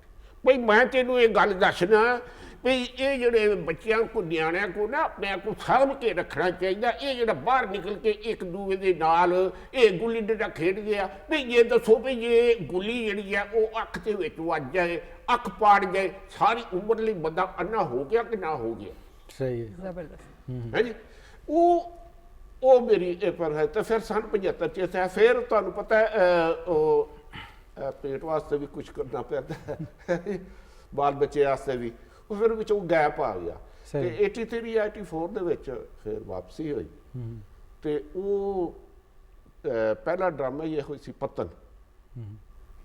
ਤੇ ਉਹ ਜਿਹੜਾ ਆਮ ਤੌਰ ਤੇ ਸਾਡੇ ਸੀਨੀਅਰ ਵੀ ਦੱਸਦੇ ਨਾ ਕਿ ਆਬਜ਼ਰਵੇਸ਼ਨ ਜਿਹੜੀ ਹੈ ਨਾ, ਉਹ ਬੜੀ ਗੱਲ ਵੀ, ਮੈਂ ਇੱਕ ਮਜ਼ਦੂਰ ਨੂੰ ਵੇਖਿਆ ਸੀ, ਉਹ ਗੱਲ ਨਾਲ ਇਹੋ ਜਾਂਦਾ ਹੁੰਦਾ ਸੀ ਕਿ ਪਰਾਂ ਮੂੰਹ ਕਰ, ਅੱਗੇ ਮੇਰੀ ਜੁੱਤੀ, ਉਹ ਇਹ ਕਹਿੰਦਾ ਹੁੰਦਾ ਸੀ ਅੱਗੇ ਮੇਰੀ ਜੁੱਤੀ ਟੁੱਟ ਗਈ ਹੈ। ਉਹਨੇ ਇਹੋ ਹੀ ਕਹਿਣਾ, ਉਹ ਯਾਰ ਕੀ ਕਰ ਗਿਆ ਤੂੰ, ਪਰਾਂ ਮੂੰਹ ਕਰ, ਅੱਗੇ ਮੇਰੀ ਜੁੱਤੀ ਟੁੱਟ ਗਈ ਹੈ। ਉਹ ਇਹ ਹੁੰਦਾ। ਤੇ ਮੈਂ ਜੁੱਤੀ ਟੁੱਟ ਗਈ ਨੂੰ ਬਿਮਾਰ ਸ਼ਮਾਰ, ਮੈਂ ਅੱਗੇ ਬਿਮਾਰ ਸ਼ਮਾਰ ਰਹਿਣਾ। ਸਹੀ ਹੈ। ਉਹ ਫਿਰ 400 ਚੱਲ ਹੋ ਗਿਆ। ਨਾਲੇ ਉਹਦੇ ਚ ਮੈਂ ਤੋਤਲਾ ਬਣ ਕੇ ਮਤਲਬ ਗੱਲ ਕਰਦਾ, ਉਹ ਪਹਿਲਾਂ ਮੂੰਹ ਟਾਟੂ, ਅੱਗੇ ਮੇਰੀ ਜੁੱਤੀ ਟੁੱਟ ਗਈ।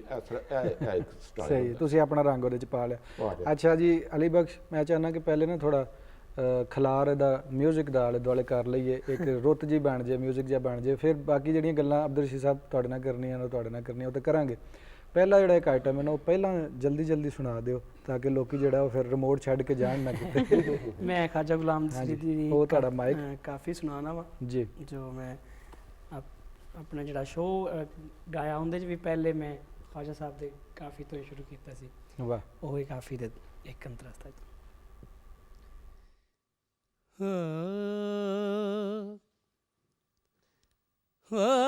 ਜਿੰਦੜੀ ਲੁੱਟੀ ਤੈਂ ਯਾਰ ਸਜਣ, ਜਿੰਦੜੀ ਲੁੱਟੀ ਤੈਂ ਯਾਰ ਸਜਣ, ਕਦੀ ਮੋੜ ਮੁਹਾਰਤ ਆਵਤ, ਹੋ ਜਿੰਦੜੀ ਲੁੱਟੀ ਤੈਂ ਯਾਰ, ਤੇਰੀ ਰੋਹੀ ਦੇ ਕੰਢੀੜੇ ਬੇਰੀਆਂ,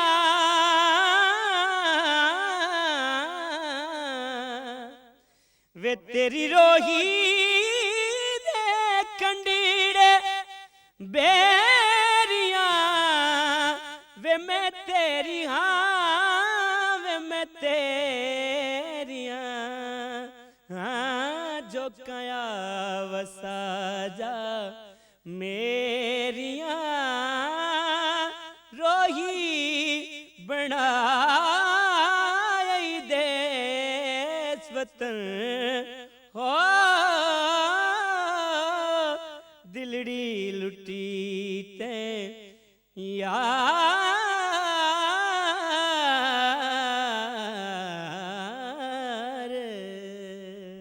ਵਾਹ ਵਾਹ ਵਾਹ, ਖੂਬਸੂਰਤ, ਬਹੁਤ ਹੀ ਵਧੀਆ, ਬਹੁਤ ਹੀ ਅੱਛੇ। ਐਵੇਂ ਲੱਗਦਾ ਸੀ ਕਿਸੇ ਦਰਬਾਰ ਤੇ ਆ ਔਰ ਕੋਈ ਬਹੁਤ ਹੀ ਮਸਤ ਹੋ ਕੇ ਡੁੱਬ ਕੇ ਇੱਕ ਚੀਜ਼ ਗਾ ਰਿਹਾ, ਉਹ ਸਾਰਾ ਕੁਝ ਕਰਦਾ ਪਿਆ, ਉਹ ਵਾਲਾ ਮੰਜ਼ਰ ਜਿਹੜਾ ਉਹ ਥੋੜਾ ਜਿਹਾ ਬਣ ਗਿਆ। ਇਹ ਜਨਾਬ ਜਿਹੜਾ ਆਰਫਾਨਾ ਕਲਾਮ ਹੈ ਨਾ ਜੀ ਜੀ, ਜਾਂ ਫੋਕ ਜਿਹੜਾ ਹੁੰਦਾ ਹੈ, ਔਰ ਖਾਸ ਤੌਰ ਤੇ ਆਰਫਾਨਾ ਕਲਾਮ ਇਹ ਰੂਹ ਤੇ ਅਸਰ ਕਰਦਾ ਹੈ। ਬਿਲਕੁਲ ਇਸੇ ਤਰ੍ਹਾਂ ਹੀ, ਔਰ ਸਾਡੀ ਰੂਹ ਤੇ ਅਸਰ ਹੋ ਗਿਆ ਬੈਠੇ ਹੋ ਬੈਠੇ। ਗਿਆ, ਬਿਲਕੁਲ। ਅੱਛਾ ਅਬਦੁਲ ਰਸ਼ੀਦ ਸਾਹਿਬ, ਇੱਕ ਡਰਾਮਾ ਪੀਟੀਵੀ ਦਾ ਬੜਾ ਮਸ਼ਹੂਰ ਹੋਇਆ, ਉਰਦੂ ਦਾ ਡਰਾਮਾ ਸੀ ਔਰ ਪੰਜਾਬੀ ਐਕਸੈਂਟ 'ਚ ਲੋਕੀ ਬੋਲਦੇ ਸਨ ਰਾਹੇ ਨਾਂ ਦੇ ਉੱਤੋਂ, ਔਰ ਅੱਜ ਵੀ ਲੋਕੀ ਉਹਨੂੰ ਯਾਦ ਕਰਦੇ ਨੇ। ਬਿਲਕੁਲ। ਸਾਰੇ ਕਰੈਕਟਰ ਉਹਦੇ। ਵਾਰਸ ਤੋਂ ਬਾਅਦ ਰਾਹੇ ਤਕਰੀਬਨ ਇੱਕ ਹੀ ਤਰ੍ਹਾਂ ਦਾ ਡਰਾਮੇ ਬਣੇ। ਤੁਹਾਡਾ ਉਹਦੇ ਵਿੱਚ ਇੱਕ ਕਰੈਕਟਰ ਕੁਝ ਹੋਰ ਸੀ, ਫਿਰ ਤੁਹਾਨੂੰ ਇੱਕ ਹੋਰ ਕਰੈਕਟਰ ਮਿਲਿਆ, ਉਹ ਕਿਸ ਤਰ੍ਹਾਂ ਮਿਲਿਆ, ਇਹਦੇ ਬਾਰੇ ਥੋੜੀ ਦੱਸੋ। ਆਓ ਇਹ ਹੈ ਕਿ ਅਸੀਂ ਆਪਣਾ ਐਸੇ ਪੀਟੀਵੀ ਦੇ ਵਿੱਚ ਨਾ ਆਪਣਾ ਕਾਨਫਰੰਸ ਰੂਮ ਹੈ ਸਾਡਾ, ਉੱਥੇ ਅਸੀਂ ਰਿਹਰਸਲ ਕਰ ਰਹੇ ਹਾਂ ਤੇ ਤਾਰਕ ਜਮੀਲ ਸਾਹਿਬ, ਅੱਲਾ ਉਹਨਾਂ ਦਾ ਭਲਾ ਕਰੇ, ਉਹਨਾਂ ਨੇ ਮੈਨੂੰ ਬਹੁਤ ਅੱਛਾ ਇੱਕ ਕਰੈਕਟਰ ਦਿੱਤਾ। ਲੇਕਿਨ ਇੱਕ ਹੋਰ ਬੰਦਿਆਂ ਨੂੰ ਕਰੈਕਟਰ ਦਿੱਤਾ ਕਿ ਜਿਹੜਾ ਪਿੰਡ ਦਾ ਮੌਲਵੀ ਦਾ ਪੁੱਤਰ ਹੈ ਤੇ ਉਹ ਕੋਈ ਥੋੜਾ ਬਹੁਤਾ ਗਾਉਂਦਾ ਚਾਹੁੰਦਾ ਵੀ ਹੈ। ਸਹੀ ਹੈ। ਅੱਛਾ, ਉਹਦੇ ਹਲਕਾ ਇਹ ਹੈ ਹਲਕਾ ਕਿ, ਗਾਉਂਦਾ ਵਿੱਚ। ਸ਼ੌਕੀਆ, ਹਾਂ। ਉਹ ਪ੍ਰੋਫੈਸ਼ਨਲ ਨਹੀਂ ਹੈ, ਸ਼ੌਕੀਆ ਉਹ। ਠੀਕ ਹੈ। ਤੇ ਉਹ ਪਹਿਲਾ ਜਿਹੜਾ ਐਪੀਸੋਡ ਸੀ, ਪਹਿਲੀ ਜਿਹੜੀ ਕਿਸ ਸੀ, ਉਹਦੇ ਚ ਉਹਨੇ ਹੀਰ ਗਾਉਣੀ ਸੀ। ਹੁਣ ਇੱਕ ਹੋਰ ਬੰਦਾ ਉਹਨਾਂ ਨੂੰ ਹੀਰ ਗਾਉਣੀ ਸਿਖਾ ਰਿਹਾ। ਅੱਛਾ। ਤੇ ਉਹ ਹੁੰਦਾ ਨਾ ਬੰਦੇ ਦੇ ਅੰਦਰ ਇੱਕ ਗੱਲ, ਉਹ ਫਿਰ ਮੇਰੇ ਕੋਲ ਰਿਹਾ ਨਾ ਗਿਆ, ਮੈਂ ਕਿਹਾ ਤਰਕ ਭਾਈ ਜਾਨ, ਇਹਨਾਂ ਨੂੰ ਮੈਂ ਦੱਸਾਂ ਵੀ ਹੀਰ ਕਿਸ ਤਰ੍ਹਾਂ ਗਾਈ ਜਾਂਦੀ। ਉਹ ਕਹਿੰਦੇ ਰਹੋ ਦੱਸੋ। ਮੈਂ ਕਿਹਾ ਜੀ ਇਹਨੇ ਕਿਹੜੀ ਹੀਰ ਗਾਣੀ ਹੈ, ਕਿਹੜੇ ਸਟਾਈਲ 'ਚ ਗਾਣੀ। ਕਹਿੰਦੇ ਯਾਰ ਰਸ਼ੀਦ ਕੀ ਹੋ ਗਿਆ ਬੇਟਾ, ਜਿਸ ਤਰ੍ਹਾਂ ਹੀਰ ਗਾਈ ਜਾਂਦੀ। ਮੈਂ ਕਿਹਾ ਜੀ ਨਹੀਂ, ਪਿੰਡਾਂ ਦੇ ਵਿੱਚ ਮੁਖਤਲਿਫ ਤਰੀਕੇ ਨੇ, ਮੁਖਤਲਿਫ ਅੰਦਾਜ਼ ਨੇ। ਉਹ ਯਾਰ ਮੈਨੂੰ ਦੱਸ ਤੂੰ ਸਾਰਾ। ਉਹਨਾਂ ਨੇ ਕਾਗਜ਼ ਪੈਨਸਲ ਕੁਛ ਲਿਖਣ ਦੇ ਸਾਨੂੰ ਰੱਖ ਦਿੱਤਾ। ਤੇ ਉਹ ਮੈਂ ਸ਼ੁਰੂ ਹੀ ਇਹ ਕੀਤਾ ਵੀ ਜਿਵੇਂ ਹੁਣ ਆਪਣਾ ਬੱਚਾ ਅਲੀ ਬਖਸ਼ ਹੈ, ਇਹ ਪ੍ਰੋਫੈਸ਼ਨਲ ਹੈ, ਹਾਂਜੀ, ਲਿਖਿਆ ਪੜ੍ਹਿਆ। ਤੇ ਇਹਨਾਂ ਦੀ ਹੀਰ ਗਾਉਣਾ ਕੁਛ ਇਸ ਤਰ੍ਹਾਂ ਹੁੰਦਾ ਕਿ ਢਿੱਲੇ ਜਾ ਕੇ ਜੋਗੀ ਨੇ ਹੱਥ ਜੋੜੇ,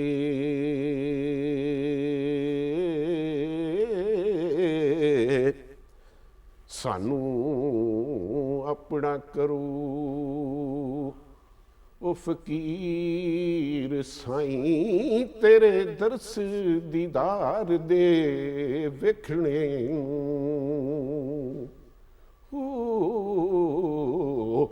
ਆਇਆ ਦੇਸ ਪਰਦੇਸ ਮੈਂ ਚੀਰ ਸਾਈਂ। ਕਦੇ ਦੂਸਰਾ ਬਈ, ਮੈਂ ਕਿਹਾ ਜੀ ਦੂਸਰਾ ਇਹ ਵੇ ਕਿ ਉਹ ਸਾਡੇ ਪਿੰਡਾਂ 'ਚ ਹੁੰਦਾ ਸੀ ਕਿ ਸ਼ਾਹਨਾਮਾ ਇਸਲਾਮ ਪੜ੍ਹਨਾ, ਹਜ਼ਰਤ ਯੂਸਫ ਅਲੈਹਿਸਲਾਮ ਦੀ ਪੂਰੀ ਸਟੋਰੀ। ਅੱਛਾ, ਉਹ ਪੂਰੀ ਰਾਤ 'ਚ ਉਹਨਾਂ ਨੂੰ ਖਤਮ ਕਰਨੀ ਹੁੰਦੀ ਸੀ ਤੇ ਉਹ ਕੋਠਿਆਂ ਦੇ ਉੱਤੇ ਚੜ੍ਹ ਜਾਣਾ, ਕੱਚੇ ਮਕਾਨ ਤੇ ਲਾਲਟਨ ਇੱਕ ਬਾਲ ਲੈਣੀ, ਬਲਕਿ 2 ਬਾਲ ਲੈਣੀਆਂ ਕਿ ਬਾਬੇ ਨੂੰ ਪੜ੍ਹਨ 'ਚ ਆਸਾਨੀ ਹੋਵੇ। ਉਹਨੇ ਉਹ ਕਿੱਸਾ ਜਿਹੜੇ ਨੇ ਨਾ ਉਹ ਪੂਰੀ ਰਾਤ 'ਚ ਖਤਮ ਕਰਨਾ ਹੁੰਦਾ ਸੀ। ਸਹੀ। ਤੇ ਉਹ ਫਿਰ ਛੇਤੀ ਛੇਤੀ ਪੜ੍ਹਦੇ ਸਨ। है जी, अही रखिया जो या झूठ बोले ते कौन रुठड़े यार, मना बताई ऐसा कोई ना मिलिया मैं झूठ थकिया ते जड़ा ज्ञान मोड़ लिया दई। काली काली ही काली काली पूरा सज पूरा 2-3-4 घंटे च ਰਾਤ ਵਿੱਚ ਮਕਾਣਾ ਵੀ ਤੇ ਹੈਗਾ। ਇੱਕ ਫਿਰ ਸਾਡਾ ਜੱਟ ਦਾ ਅੰਦਾਜ਼, ਜਿਹੜੇ ਜੱਟ ਵੈੜ ਬੰਦੇ, ਉਹਨਾਂ ਨੂੰ ਕੋਈ ਪਰਵਾਹ ਨਹੀਂ, ਕੋਈ ਮੈਨੂੰ ਸੁਣਦਾ ਪਿਆ, ਮੈਂ ਕਿਸ ਤਰ੍ਹਾਂ ਗਾਉਣਾ ਪਿਆ। ਉਹ ਮਤਲਬ ਪੁਰਾਣਿਆਂ ਵਕਤਾਂ 'ਚ ਜਿਹੜਾ ਨਾ ਸੁਣੇ ਫਿਰ ਉਹਦੀ ਖੈਰ ਨਹੀਂ। ਉਹ ਪੁਰਾਣਿਆਂ ਵਕਤਾਂ 'ਚ ਖੂਹ ਹੁੰਦੇ ਸਨ, ਉਹਦੀ ਗਾਡੀ ਦੇ ਉੱਤੇ ਬੈਠਾ ਉਹ, ਹੈ ਜੀ, ਤੇ ਉਹ ਨਾਲ ਆਪਣਾ ਕੋਈ ਸ਼ਾਇਦ ਵੀ ਗਾ ਰਿਹਾ, ਜਾਂ ਮੱਝਾਂ ਸ਼ਾਮ ਦੇ ਟਾਈਮ ਪਿੰਡ ਨੂੰ ਆ ਰਹੀਆਂ ਨੇ ਤਾਂ ਇੱਕ ਤਗੜੀ ਜੀ ਮੱਝ ਦੇ ਉੱਤੇ ਬੰਦਾ ਬੈਠ ਗਿਆ। ਠੀਕ ਹੈ, ਮੁੰਡੇ ਆਮ ਤੌਰ ਤੇ।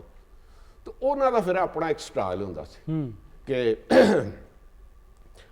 ਆ ਕਰਕੇ ਕੋਲ ਜ਼ਬਾਨ ਦਾ ਹਾਰ ਆਏ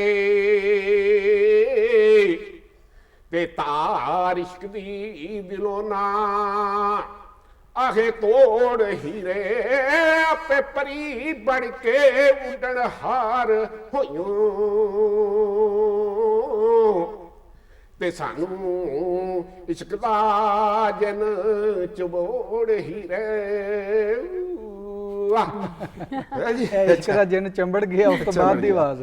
ਅੱਛਾ, ਫਿਰ ਹੀਰ ਜਿਹੜੀ ਹੈ ਨਾ ਸਾਡੇ ਰੇਡੀਓ ਪਾਕਿਸਤਾਨ ਜੀ, ਬੁੱਢਾ ਸ਼ੇਖ ਬੱਸਾ, ਉਹਨਾਂ ਨੇ ਇਹ ਰਿਦਮ ਦੇ ਨਾਲ ਵੀ ਮਤਲਬ ਹੀਰ ਜਿਹੜੀ ਹੈ ਨਾ ਗਾਈ ਜਾਂਦੀ ਹੈ।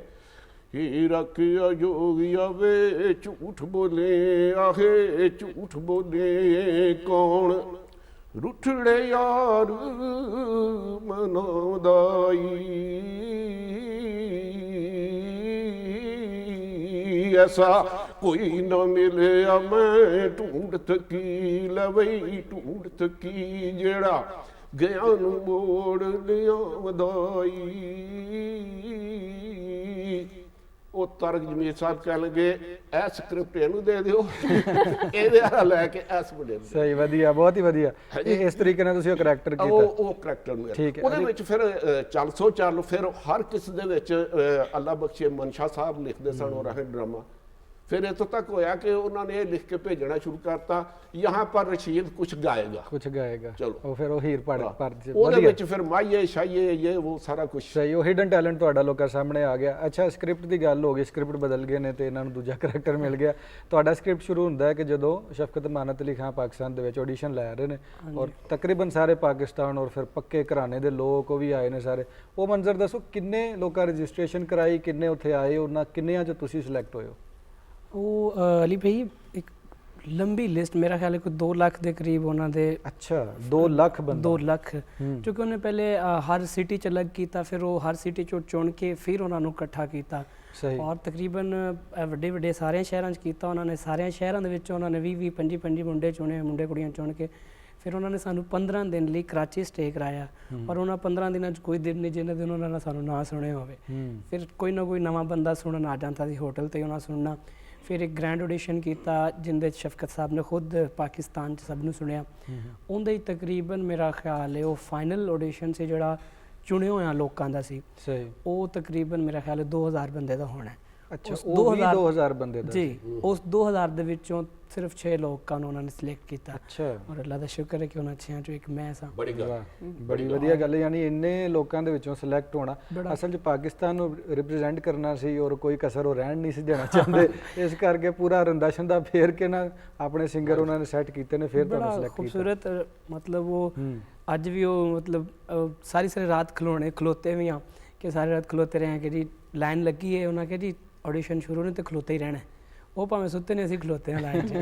ਤੇ ਇਹ ਕਿਹੜਾ ਰੂਲ ਹੋਇਆ? ਜਿਹੜੇ ਸਿੰਗਰ ਨੇ ਉਹ ਤੇ ਵੈਸੇ ਬੜੇ ਨਰਮ ਤਬਾ ਹੁੰਦੇ ਨੇ, ਉਹ ਤੇ ਗੱਲ ਤੇ ਥੱਕ ਜਾਂਦੇ ਨੇ, ਉਹ ਤੇ ਘਾਟ ਹੋ ਜਾਂਦੇ ਨੇ। ਜਾਨ ਬਣਾਤਾ ਨਾ ਉਹਨਾਂ ਨੇ ਉਸ ਟਾਈਮ ਉਹਨਾਂ ਨੂੰ ਕਹਿਣਾ ਸੀ ਅਸੀਂ ਗਾਉਣ ਜਾਣਾ, ਕੁਸ਼ਤੀ ਨਹੀਂ ਕਰਨ ਜਾਣਾ ਜਿਹੜਾ ਤੁਹਾਨੂੰ ਖਿਲਾ ਰਿਹਾ ਇੱਥੇ। ਮੈਂ ਆਖਿਆ, ਉਹ ਪ੍ਰੋਡਿਊਸਰ ਸੀ ਮੈਡਮ, ਮੈਂ ਕਿਹਾ ਮੈਮ ਤੁਸੀਂ ਸਾਡੇ ਕੋਲ ਦਿਹਾੜੀ ਕਰਾਉਣੀ ਹੈ ਨਹੀਂ ਅਲੀ ਸਾਹਿਬ, ਉਹਦੇ 'ਚ ਇਹ ਹੁੰਦਾ ਕਿ ਆਰਟਿਸਟ ਜਿਹੜਾ ਨਾ ਜੀ, ਉਹਦੀ ਸਭ ਤੋਂ ਵੱਡੀ ਇਹ ਡਿਮਾਂਡ ਹੁੰਦੀ ਆਰਟਿਸਟ ਵੀ ਔਰ ਸ਼ਾਇਰ ਵੀ ਕਿ ਮੈਨੂੰ ਸੁਣਿਆ ਜਾਏ, ਮੇਰੀ ਪਹਿਚਾਨ ਹੋਵੇ, ਮੈਨੂੰ ਪਹਿਚਾਨ ਤੋਂ ਬਾਅਦ ਮੈਨੂੰ ਮੰਨਿਆ ਜਾਏ, ਹੈ ਜੀ। ਵਰਨਾ ਇਹ ਜਿਸ ਤਰ੍ਹਾਂ ਮੈਂ ਦੱਸਿਆ ਇੱਕ ਬੰਦਾ ਘਰ ਬੈਠਾ ਗਾ ਰਿਹਾ, ਉਹਨੂੰ ਕੀ, ਲੇਕਿਨ ਉਹ ਚਾਹੁੰਦਾ ਯਾਨੀ ਕਿ ਦੁਨੀਆ ਮੈਨੂੰ ਸੁਣੇ ਹਾਂ ਔਰ ਮੈਂ ਅੱਗੇ ਆਵਾਂ। ਜਿਹੜੇ ਸਿੰਗਰ ਦੀ ਆਵਾਜ਼ ਸਿਰਫ ਮੱਝ ਸੁਣਦੀ ਪਈ ਉਹਨੂੰ ਤੇ ਪਰਵਾਹ ਨਹੀਂ, ਜਿਹਨੇ ਦੁਨੀਆ ਨੂੰ ਸੁਣਾਣਾ ਉਹਦਾ ਥੋੜਾ ਮਸਲਾ। ਜਿਹੜਾ ਸੁੱਚਾ ਆਰਟਿਸਟ ਹੁੰਦਾ ਜਿਵੇਂ ਅਲੀ ਬਖਸ਼ੇ, ਉਹ ਫਿਰ ਉਹ ਗਰਮੀ ਸਰਦੀ ਮੀਂਹ ਹਨੇਰੀ ਉਹ ਬਰਦਾਸ਼ਤ ਕਰਦਾ। ਫਿਰ ਉਹ ਹਰ ਆਰਟਿਸਟ ਜਿਹੜਾ ਉਹ ਸਟਰਗਲ ਕਰਦਾ। ਅਸੀਂ ਫਿਰ ਪਾਕਿਸਤਾਨੀ ਤੁਹਾਨੂੰ ਪਤਾ ਹਾਲ ਤੇ ਕੱਢ ਹੀ ਲੈਂਦੇ ਨੇ। ਅਸੀਂ ਵਾਰੀ ਦੱਸ ਕੇ ਤੇ ਸੌਂ ਜਾਂਦੇ ਸਭ, ਹੁਣ ਮੈਂ ਤੂੰ ਚੱਲ ਤੇ ਮੈਂ ਲਗਾ ਪਲਾਨ ਖਲੋਤੇ। ਯਾਨੀ ਕੋਈ ਨਾ ਮੈਂ ਵੀ ਮਿੰਟ ਆਰਾਮ ਕਰ ਆਵਾਂ, ਤੂੰ ਖਲੋ। ਯਾਨੀ ਜਦੋਂ ਉਹਨਾਂ ਨੂੰ ਅਕਲ ਨਹੀਂ ਆਈ ਤੇ ਤੁਸੀਂ ਅਕਲ ਕਰ ਲਈ, ਤੁਸੀਂ ਕਿਹਾ ਸੀ ਕਿਉਂ ਖਲੋਤੇ ਰਹੀ। ਯਾਨੀ ਵਧੀਆ ਗੱਲ ਜੁਗਾੜ ਕੱਢ ਲਿਆ ਹਾਲ ਤੇ ਕੱਢਣਾ ਹੀ ਸੀ ਨਾ ਪਾਕਿਸਤਾਨ। ਹਾਲ ਵਧੀਆ ਤੁਸੀਂ ਕੱਢਿਆ। ਅੱਛਾ ਅਬਦੁਲ ਰਸ਼ੀਦ ਸਾਹਿਬ, ਤੁਸੀਂ ਦੱਸਿਆ ਕਿ ਬਈ ਵਿੱਚ ਥੋੜਾ ਜਿਹਾ ਗੈਪ ਵੀ ਲਿਆ, ਇਸ ਤਰ੍ਹਾਂ ਸਕ੍ਰਿਪਟ ਬਦਲੀ, ਹਿਡਨ ਟੈਲੈਂਟ ਬਾਹਰ ਆਇਆ, ਹੀਰਾਂ ਪੜੀਆਂ, ਸਾਰਾ ਕੁਝ ਕੀਤਾ। ਗੋਲਡਨ ਈਰਾ ਅਸੀਂ ਕਹਿੰਦੇ ਆ ਕਿ ਬੜੇ ਬੜੇ ਲੋਕ ਇੱਥੇ ਆਏ, ਬੜੇ ਵੱਡੇ ਫਨਕਾਰ, ਆਰਟਿਸਟ, ਐਕਟਰ, ਜਿਨ੍ਹਾਂ ਕੋਲ ਤੁਸੀਂ ਵੀ ਸਿੱਖਿਆ ਹੋਣਾ, ਕੁਝ ਨੂੰ ਸਿਖਾਇਆ ਹੋਣਾ।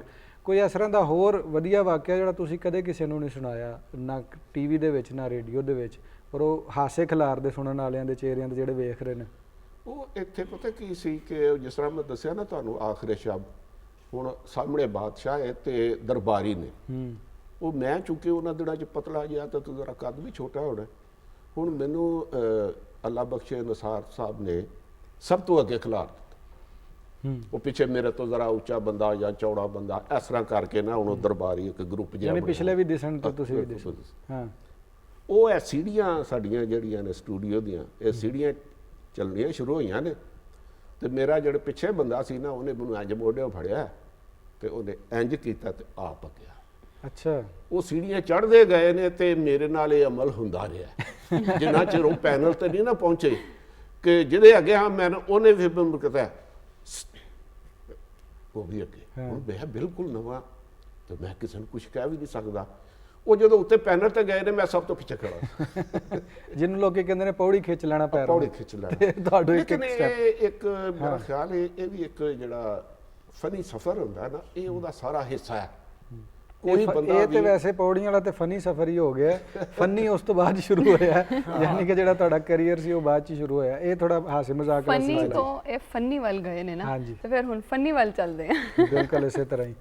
ਅੱਛਾ, ਇਹ ਸਿਲਸਿਲਾ ਹੋਇਆ ਫਿਰ ਤੁਸੀਂ ਪਿੱਛੇ ਖਲੋ ਕੇ ਆਪ ਹੀ ਪਰਫਾਰਮੈਂਸ ਦਿੱਤੀ ਹੈ, ਕਿਉਂਕਿ ਕੈਮਰੇ ਨੇ ਤਾਂ ਫੜਿਆ ਨਹੀਂ ਹੋਣਾ। ਬਸ ਉਹਨਾਂ ਦਿਨਾਂ 'ਚ ਉਹ ਫਿਰ ਇਹ ਹੈ ਕਿ ਜਿੰਨੀ ਚਿਰ ਤੁਹਾਨੂੰ ਮੌਕਾ ਨਾ ਮਿਲੇ, ਮੈਂ ਜਿਸ ਤਰ੍ਹਾਂ ਦੱਸਿਆ ਨਾ, ਉਹ ਫਿਰ ਇੱਕ ਦਫਾ ਜਦੋਂ ਮੌਕਾ ਮੈਨੂੰ ਮਿਲ ਗਿਆ, ਖਾਸ ਤੌਰ ਤੇ ਪੰਜਾਬੀ ਡਰਾਮੇ ਜਿਹੜੇ ਸਨ, ਪੰਜਾਬੀ ਸੀਰੀਅਲ ਸਨ, ਔਰ ਮੈਂ ਤੁਹਾਨੂੰ ਇੱਕ ਹੋਰ ਗੱਲ ਦੱਸਾਂ ਕਿ ਪਹਿਲੀ ਪੰਜਾਬੀ ਸੀਰੀਅਲ ਜੀ 50 ਮਿੰਟ ਦੀ ਜੀ ਲਾਹੌਰ ਸਟੂਡੀਓ ਤੋਂ ਜਿਹੜੀ ਨਸ਼ਰ ਹੋਈ ਹੈ, ਉਹਦਾ ਨਾਂ ਸੀ ਆਪੇ ਰਾਂਝਾ ਹੋਈ।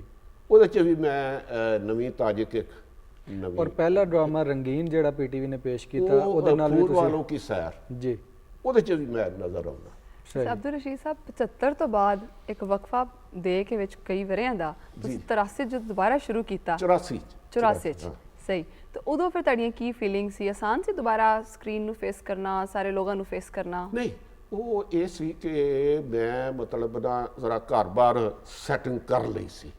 ਫਿਰ ਬੰਦੇ ਨੂੰ ਇਹ ਹੁੰਦਾ ਵੀ ਅੱਛਾ ਖੈਰ ਸਲਾਹ ਘਰ ਆਟਾ ਹੈਗਾ, ਹਾਂਜੀ, ਘਿਓ ਵੀ ਹੈਗਾ, ਦਾਲਾਂ ਵੀ ਹੈਗੀਆਂ ਨੇ, ਖੈਰ ਕੋਈ ਗੱਲ ਨਹੀਂ, ਹਾਂਜੀ। ਉਹ ਫਿਰ ਇਹ ਹਰ ਆਰਟਿਸਟ ਦੇ ਉੱਤੇ ਇਹ ਮੌਕਾ ਆਉਂਦਾ ਕਿ ਪਹਿਲੋਂ ਤੋਂ ਉਹ ਫਿਰ ਇਹ ਜਦੋਂ ਮੈਂ ਪੰਜਾਬੀ ਇੱਕ ਅੱਧੇ ਡਰਾਮੇ 'ਚ ਆ ਗਿਆ ਤੇ ਮੈਂ ਵਾਹਦ ਉਹਨਾਂ ਦਿਨਾਂ 'ਚ ਹੁਣ ਵੀ ਸ਼ਾਇਦ ਕਿ ਮੈਂ ਵਾਹਦ ਪੇਂਡੂ ਆਦਮੀ ਕਿ ਯਾਨੀ ਵਾਹਦ ਉਹ ਬੰਦਾ ਜਿਹਦਾ ਪਿੰਡ ਨਾਲ ਤਾਲੁਕ, ਪਿੰਡ ਨਾਲ ਤਾਲੁਕ ਹੈ, ਔਰ ਮੈਂ ਹੱਥੀਂ ਵਾਈ ਬੀਜੀ ਕੀਤੀ।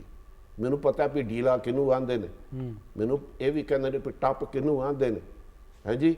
ਮੈਨੂੰ ਇਹ ਵੀ ਪਤਾ ਵੀ ਪੈਲੀ ਵੱਤਰ ਹੋ ਗਈ ਹੈ ਕਿਹਨੂੰ ਆਂਦੇ ਨੇ। ਸਹੀ, ਮੁਗਲੀ ਕੀ ਹੈ ਤੇ ਕਿੱਲ ਵਾਲਾ ਕਿਸ ਤਰ੍ਹਾਂ ਹੁੰਦਾ ਸਾਰਾ ਕੁਝ, ਕਿੱਲੇ ਵੱਲ ਕੀ, ਕਿੱਲੇ ਵੱਲ ਕੀ ਹੈ ਤੇ ਪਿਛਣੀ ਗੰਢ ਕੀ ਹੈ, ਤੁਹਾਨੂੰ ਵੀ ਪਤਾ ਇਹਦਾ ਮਤਲਬ ਕਿੱਲੇ ਵੱਲ ਦਾ ਹੈ ਜੀ। ਇੱਕ ਕਿੱਲੇ ਵੱਲ ਇੱਕ ਗੰਢ ਦੀ ਕਿਸਮ ਹੈ, ਨਾਟ ਅੰਗਰੇਜ਼ੀ ਚ ਨਾਟ ਹੀ ਆਂਦੇ ਨੇ। ਕਿੱਲੇ ਵੱਲ ਇੱਕ ਗੰਢ ਦੀ ਕਿਸਮ ਹੈ ਕਿ ਉਹ ਜਦੋਂ ਥੱਲੇ ਕਿੱਲੇ ਨਾਲ ਤੁਸੀਂ ਬੰਨ ਲਓ ਨਾ, ਕਿੱਲਾ ਪੁੱਟਿਆ ਜਾਏਗਾ, ਰੱਸਾ ਨਹੀਂ ਬਾਹਰ, ਰੱਸਾ ਨਹੀਂ ਬਾਹਰ ਹੈਗਾ। ਲੇਕਿਨ ਉਹ ਪਿਛਣੀ ਗੰਢ ਜਦੋਂ ਆਈ ਹੈ ਤੇ ਫਿਰ ਮਸਲਾ ਥੋੜਾ ਜਿਹਾ ਹੋਰ ਖਰਾਬ ਹੋ ਜਾਂਦਾ। ਤੇ ਉਹ ਫਿਰ ਇਸ ਤਰ੍ਹਾਂ ਮਤਲਬ ਨਾ, ਜਿਸ ਤਰ੍ਹਾਂ ਮੈਂ ਤੁਹਾਨੂੰ ਦੱਸਿਆ, ਉਹ ਇਸ ਤਰ੍ਹਾਂ ਕਰਦਿਆਂ ਕਰਾਂਦਿਆਂ ਉਹ ਇੱਕ ਡਰਾਮਾ ਕੀਤਾ ਕਿ ਪਰਾ ਮੂੰਹ ਕਰ ਮੈਂ ਬਿਮਾਰ ਸ਼ਮਾਰਾ ਨਾ ਤੂੰ ਜਾ, ਉਹ ਜਿਹੜਾ ਤੀਲੀਆਂ ਲੋਕੋਂ ਕੇ ਲੋ ਇਹ ਹੋ ਗਿਆ। ਫਿਰ ਉਹ ਇੱਕ ਪਟਵਾਰੀ ਦਾ ਮੈਂ ਕਰੈਕਟਰ ਕੀਤਾ, ਉਹ ਵੀ ਬੜਾ ਹਿੱਟ ਹੋਇਆ।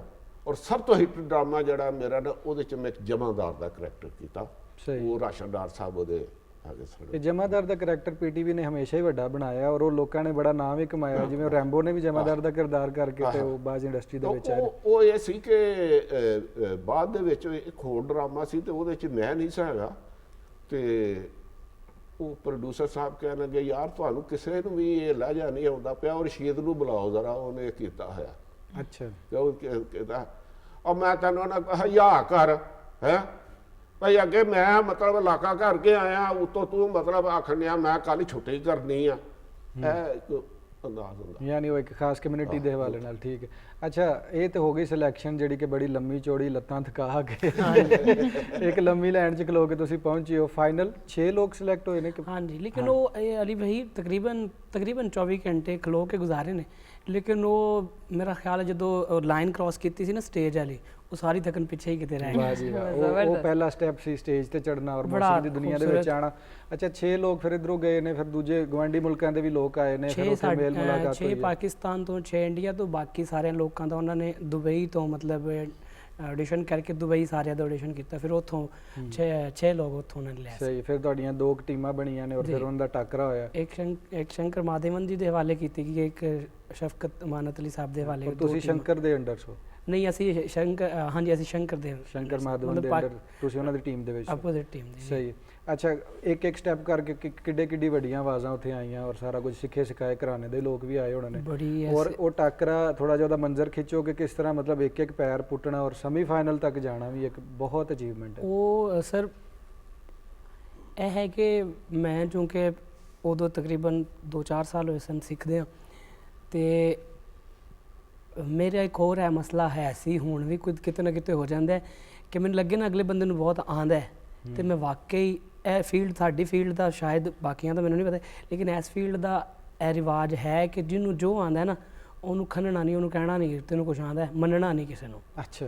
ਲੇਕਿਨ ਮੇਰਾ ਇਹ ਹੈ ਸੀ ਕਿ ਜਿਹਨੂੰ ਮੇਰੇ ਤੋਂ ਜ਼ਿਆਦਾ ਜ਼ਰਾ ਕੋ ਆਉਂਦਾ ਮੈਂ ਉਹਨੂੰ ਮੰਨ ਜਾਣਾ ਸੀ ਬੜੀ ਛੇਤੀ ਕਿ ਯਾਰ ਕੀ ਬਾਤ ਹੈ। ਔਰ ਅੱਜ ਵੀ ਮੈਂ ਇਸ ਗੱਲ ਦਾ ਤੇ ਆਪਣੇ ਸੀਨੀਅਰ ਹੋਣਾ ਵੀ ਇੱਕ ਹੋਰ ਹੈ ਕਿ ਨਾਲ ਦੇ ਨੂੰ ਜ਼ਿਆਦਾ ਆਉਂਦਾ ਹੋਵੇ ਨਾ ਉਹਨੂੰ ਵੀ ਮੈਂ ਖੁੱਲ੍ਹੇ ਦਿਲ ਨਾਲ ਮੰਨਣਾ। ਔਰ ਜਿਵੇਂ ਤੁਸੀਂ ਗੱਲ ਕੀਤੀ ਨਾ ਘਰਾਣਿਆਂ ਦੀ, ਸਾਰੇ ਘਰਾਣਿਆਂ ਦੇ ਬੱਚਿਆਂ 'ਚੋਂ ਮਤਲਬ ਸਾਡੇ ਨਾਲ 3 ਬੱਚੇ ਘਰਾਣਿਆਂ ਤੋਂ ਸਨ, 3 ਅਸੀਂ ਆਊਟ ਆਫ ਫੈਮਿਲੀ ਸਾਂ ਜਿਹੜੇ ਆ ਸਿੱਖ ਕੇ ਆਏ। ਔਰ ਨੋ ਡਾਊਟ ਕਿ ਉਹਨਾਂ ਦੀ ਰਿਆਜ਼ਤ, ਉਹਨਾਂ ਦਾ ਕੰਮ ਉਹ ਦੱਸਦਾ ਸੀ ਕਿ ਬਈ ਕਿਸੇ ਪੜ੍ਹੇ ਲਿਖੇ ਉਸ ਕੰਮ ਨੂੰ ਵੀ ਪੜ੍ਹੇ ਲਿਖੇ ਨੇ, ਬਾਕੀ ਪੜ੍ਹੇ ਲਿਖੇ ਤਾਂ ਉਸ ਪੁੱਛਿਆ ਨਹੀਂ ਸੀ ਨਾ ਉਹਨਾਂ ਦੱਸਿਆ ਕਦੀ। ਠੀਕ, ਵਧੀਆ ਹੋ ਗਿਆ। ਇੱਕ ਬ੍ਰੇਕ ਅਸੀਂ ਲੈਣੀ ਹੈ ਔਰ ਬ੍ਰੇਕ ਤੋਂ ਜਦੋਂ ਵਾਪਸ ਆਵਾਂਗੇ ਤੇ ਫਿਰ ਸਾਰਾ ਕੁਝ ਹੀ ਸੁਣਾਂਗੇ ਔਰ ਵੇਖਾਂਗੇ ਔਰ ਇੱਥੋਂ ਹੀ ਜਿਹੜਾ ਤੰਦ ਜਿਹੜੀ ਆਪਣੀ ਜੋੜਾਂਗੇ ਔਰ ਕਿੱਲੇ ਵੱਲ ਖੋਲਾਂਗੇ, ਪਿਛਣੀ ਗੰਢ ਨਹੀਂ ਅਸੀਂ ਹੁਣ ਇਸ ਤੋਂ ਪਹਿਲੇ ਵਾਪਸ ਆ ਜਾਣਾ। ਜਿਹਨੇ ਹਾਜ਼ਰੀਨ ਕਿੱਲੇ ਵੱਲ ਜਿੰਨੀ ਗੱਲ ਹੈ ਔਰ ਮੁੜ ਕੇ ਛੇਤੀ ਵਾਪਸ ਆ ਜਾਣਾ, ਕੋਈ ਕੱਟਾ ਨਵਾਂ ਨਾ ਖੁੱਲ ਜਾਏ, ਇਸ ਲਈ ਛੇਤੀ ਵਾਪਸ ਆਣਾ, ਰਹਿਣਾ ਸਾਡੇ ਨਾਲ।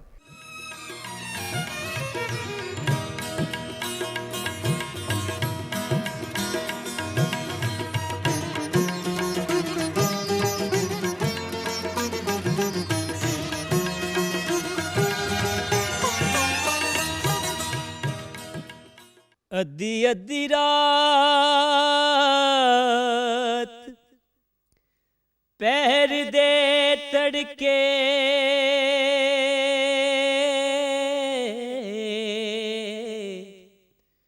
ਮੁਰਲੀ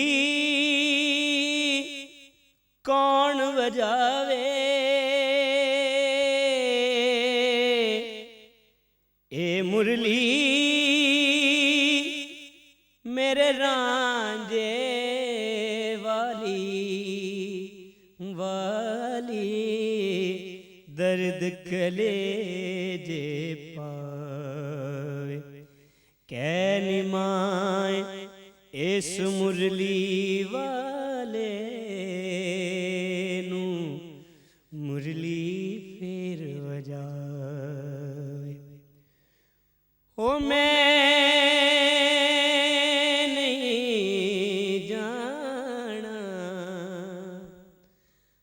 नहीं मैं जाना खेड़ियां दे नाल, है नहीं मैं जाना खेड़ियां दे नाल, दिल विच रांझे दा ख्याल नहीं मैं जाना खेड़ियां दे नाल।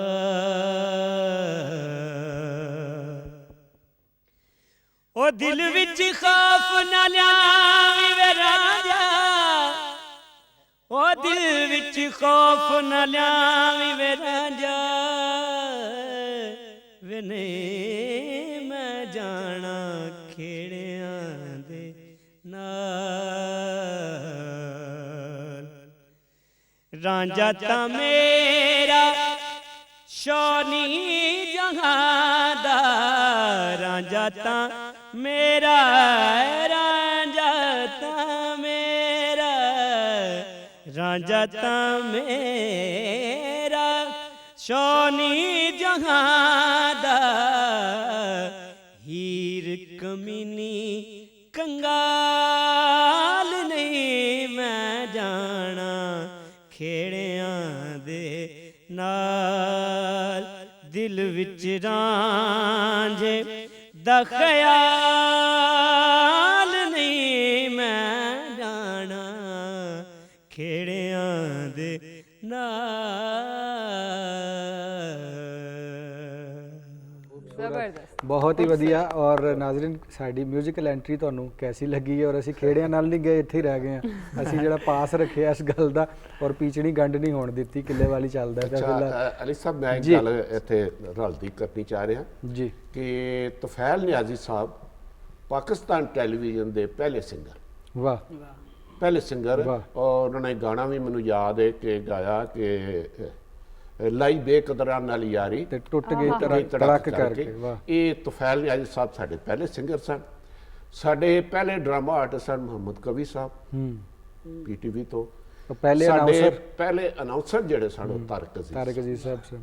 सही इस तरह ही है ਤੇ ਅੱਛਾ ਉਹ ਤੁਫੈਲ ਨਿਆਜ਼ੀ ਸਾਹਿਬ ਜਿਹੜੇ ਨਾ ਇਹਨਾਂ ਦਾ ਥੀਏਟਰ ਵੀ ਹੁੰਦਾ ਸੀ ਜੀ ਜੀ ਬਕਾਇਦਾ ਉਹਦੇ ਥੀਏਟਰ ਰਾਂਝਾ ਤੋਂ ਵੀ ਬਣਦੇ ਸਨ ਆਲਮ ਲੋਹਾਰ ਸਾਹਿਬ ਹੋਣ ਜਾਂ ਨਿਆਜ਼ੀ ਸਾਹਿਬ ਹੋਣ ਇਹਨਾਂ ਦੀ ਟ੍ਰੇਨਿੰਗ ਥੀਏਟਰ ਦੀ ਹੈ ਔਰ ਆਮ ਆਵਾਮ ਉਹ ਕਿਸੇ ਇੱਕ ਦੋਸਤ ਨੇ ਦੱਸਿਆ ਸੀ ਕਿ ਜੇ ਚੰਗਾ ਵਧੀਆ ਨਾ ਗਾਈਏ ਤੇ ਠੀਕਰੀਆਂ ਵੀ ਵੱਜਦੀਆਂ ਹਾਂਜੀ ਔਨ ਸਪੌਟ ਹੀ ਦੱਸ ਦਿੰਦੀ ਸੀ ਕਹਿੰਦੇ ਆਵਾਮ। ਪੈਸੇ ਵਾਪਸ ਕਰੋ ਗਲਤ ਸੁਰ ਲਾਇਆ ਅੱਛਾ ਉਹ ਚੁੱਕੇ ਆਰਟਿਸਟ ਵੀ ਸਨ ਮਤਲਬ ਐਕਟਰ ਵੀ ਸਨ ਜੀ ਤੇ ਇਹ ਅਲੀ ਬਖਸ਼ ਨੇ ਤੇ ਮਤਲਬ ਸੁਣਾਇਆ ਨਾ ਵੀ ਇਹ ਉਹ ਤੇ ਖੇਡਦੇ ਸਨ ਉਹ ਪੂਰਾ ਮੰਜ਼ਰ ਅੱਛਾ ਬਣਾਉਂਦੇ ਉਹ ਸਨ ਮਤਲਬ ਨਾਲ ਐਕਟਿਵ ਕੀ ਕਰਦਾ ਵੀ ਇਹ ਨਹੀਂ ਮੈਂ ਜਾਣਾ ਖੇੜੀਆਂ ਦੀ ਨਾ ਉਹ ਮਤਲਬ ਇਹ ਬੜਾ ਕਰਕੇ, ਰੰਗ ਭਰਦੇ ਇਹ ਸੀ। ਨਹੀਂ ਇੱਕ ਇਹ ਉਹਨਾਂ ਦਾ ਜਗ੍ਹਾ ਅਲੀ ਭਾਈ ਇੱਕ ਜਗ੍ਹਾ ਸਵਾਲ ਹੋਇਆ ਕਿ ਤੁਫੈਲ ਨਿਆਜ਼ੀ ਸਾਹਿਬ ਦੇ ਬਾਰੇ ਗੱਲ ਹੋ ਰਹੀ ਸੀ ਤੇ ਕਹਿੰਦੇ ਨੇ ਤੁਸੀਂ ਕੀ ਆਂਦੇ ਮੈਂ ਰਿਕੁਐਸਟ ਕੀਤੀ ਮੈਂ ਕਿਹਾ ਲੋਕੀ ਜਿੰਨੇ ਵੀ ਸਿੰਗਰ ਨੇ ਗਾਣਾ ਗਾਉਂਦੇ ਨੇ ਤੇ ਨਿਆਜ਼ੀ ਸਾਹਿਬ ਗਾਣਾ ਵਿਖਾ ਦਿੰਦੇ ਸੀ ਹਾਂ ਜ਼ਬਰਦਸਤ। ਔਰ ਉਹ ਜੈਨੂਇਨ ਕਿ ਉਹ ਬੰਦੇ ਨੇ ਨਹੀਂ ਵੀ ਨਾ ਸੁਣਨਾ ਤੇ ਇੱਕ ਵਾਰੀ ਵੇਖ ਲਿਆ ਫਿਰ ਬੰਦਾ ਹਟ ਨਹੀਂ ਸਕਦਾ ਉਹਨਾਂ ਤੋਂ। ਔਰ ਬੜੇ ਉਹਨਾਂ ਵਿੱਚ ਮੁਰਕੀਆਂ ਕਈ ਰੰਗ ਬਣਾਣੇ ਉਹਨਾਂ ਨੇ ਔਰ ਜਿਹੜਾ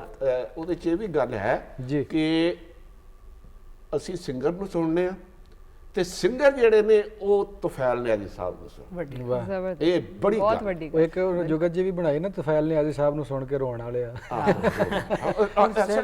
ਸਮਝ ਆਉਣ ਵਾਲੇ ਤਾਂ ਹੀ ਰਾਗ 'ਚ ਹੁੰਦੇ ਆ ਨਾ। ਬੜੀ ਤਾਕਤ ਹੈ ਯਾਨੀ ਸਿੰਗਰ ਜਦੋਂ ਰੋਣਾ ਚਾਹਵੇ ਤੇ ਉਹ ਤੁਫੈਲ ਨਿਆਜ਼ੀ ਸਾਹਿਬ ਨੂੰ ਜ਼ਰੂਰ ਸੁਣਦਾ ਔਰ ਔਖਾ ਹੈ ਸਰ ਸੁਣਨਾ ਗਾਉਣਾ ਤੇ ਹੈ ਹੀ ਔਖਾ ਉਹਨਾਂ ਨੂੰ ਲੇਕਿਨ ਉਹਨਾਂ ਨੂੰ ਸੁਣਨਾ ਵੀ ਔਖਾ ਚੰਗਾ ਸੁਣਵਈਆ ਹੋਣਾ ਚਾਹੀਦਾ ਸਮਝ ਹੈ ਆਵੇ ਔਰ ਤੇ ਫੇਰ ਹੀ ਸਮਝ ਪੱਕਾ ਰੋਣਾ ਹੋ ਨਾ। ਕੇ ਪੂਰੀ ਤਰ੍ਹਾਂ ਪੱਕਾ ਪੈਰ ਧਰ ਕੇ ਅੱਛਾ ਇਹ ਜਿਹੜਾ ਪੈਰ ਤੁਸੀਂ ਟੁਰੇ ਹੋ ਇੰਡਸਟਰੀ ਵਿੱਚ ਔਰ ਪੱਕਾ ਪੈਰ ਤੁਸੀਂ ਰੱਖਿਆ ਔਰ ਕਿੰਨੀ ਦੇਰ ਤੱਕ ਹਲੇ ਵੀ ਚੱਲਦੇ ਹੋ ਪਏ ਵੇਖੋ ਅੱਲਾਹ ਦਾ ਕਰਮ ਹੈ। ਇਹ ਕਿਸ ਤਰ੍ਹਾਂ ਮਤਲਬ ਕਿੰਨੀਆਂ ਔਕੜਾਂ ਆਈਆਂ ਨੇ ਕਿੰਨੀ ਊਂਚ ਨੀਚ ਹੋਈ ਕਦੋਂ ਤੁਸੀਂ ਕਦੇ ਸੋਚਿਆ ਕਿ ਥੱਕ ਗਿਆ ਮੈਂ ਜਾਂ ਮੇਰਾ ਹੱਕ ਕਿਸੇ ਨੇ ਮਾਰ ਲਿਆ ਮੈਂ ਛੱਡ ਦਿਆਂ ਕਰ ਨਹੀਂ ਐਸੀ ਕੋਈ ਗੱਲ ਨਹੀਂ ਅੱਛਾ ਇਹ ਮੈਂ ਬਲਕਿ ਜਿਹੜੇ ਆਪਣਾ ਲੋਕ as a singer as a artist as a actor ਆਉਣਾ ਵੀ ਚਾਹੁੰਦੇ ਨੇ ਉਹ ਗਲਤਫਹਿਮੀ ਨਾ ਪਾਲਣ ਆਪਣੇ 'ਚ। ਅੱਛਾ ਮੈਂ ਗਲਤਫਹਿਮੀ ਨਹੀਂ ਪਾਲੀ ਮੈਨੂੰ ਪਤਾ ਸੀ ਮੈਂ ਕਦੀ ਵੀ ਮੁਹੰਮਦ ਕਵੀ ਨਹੀਂ ਬਣ ਸਕਦਾ ਮੈਨੂੰ ਪਤਾ ਸੀ ਮੈਂ ਕਦੀ ਵੀ ਫਰਦੌਸ ਜਮਾਲ ਨਹੀਂ ਬਣ ਸਕਦਾ ਅਗਰ ਮੈਂ ਕੋਈ ਕਾਮੇਡੀ ਕੀਤੀ ਹੈ ਤੇ ਮੈਨੂੰ ਇਹ ਵੀ ਪਤਾ ਕਿ ਮੈਂ ਮੁਨੱਵਰ ਜ਼ਰੀਫ ਨਹੀਂ ਬਣ ਸਕਦਾ ਸਹੀ ਔਰ ਬੰਦਾ ਚੂੰਕਿ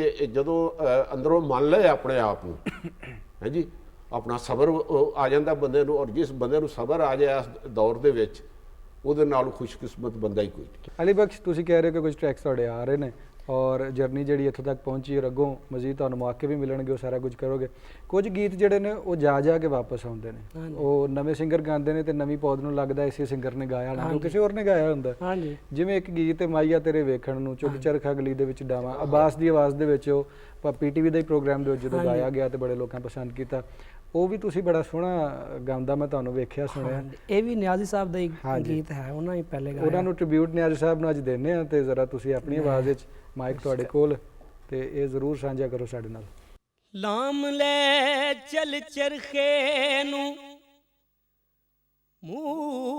ਮੂਰਖਾ ਓਏ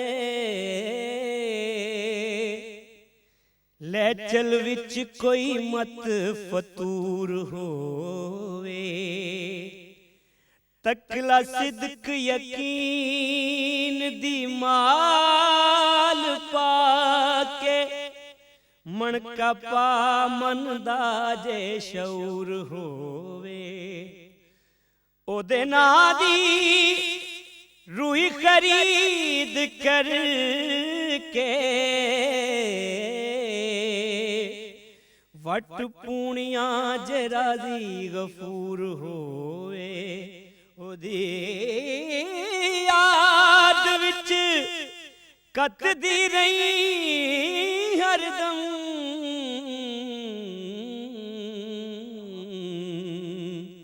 ਖਰੇ ਕਿਹੜੀ ਵੀ ਤੰਦ ਮਨਜ਼ੂਰ ਹੋਵੇ ਵੇ ਮਾਇਆ ਤੇਰੇ ਵੇਖਣ ਨੂੰ ਚੁੱਕ ਚਰਖਾ ਗਲੀ ਵਿੱਚ ਡਾਵਾਂ ਵੇ ਮਾਇਆ ਤੇਰੇ ਵੇਖਣ ਨੂੰ ਚੁੱਕ ਚਰਖਾ ਗਲੀ ਦੇ ਵਿੱਚ ਡਾਵਾਂ ਵੇ ਲੋਕਾਂ ਬਾਣੇ ਮੈਂ ਕੱਤਦੀ ਤੰਦ ਤੇਰੀਆਂ ਯਾਦਾਂ ਦੇ ਪਾਵਾਂ ਵੇ ਮਾਇਆ ਤੇਰੇ ਵੇਖਣ ਨੂੰ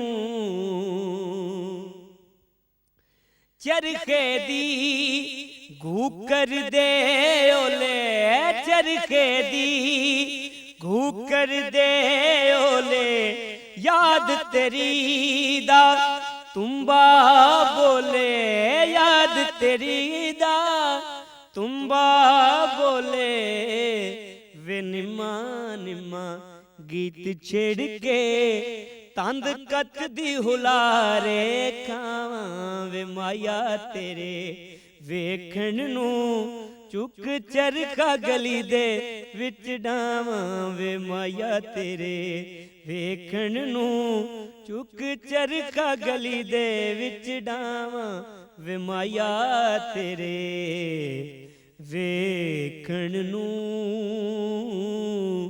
चुक चरखा गली विच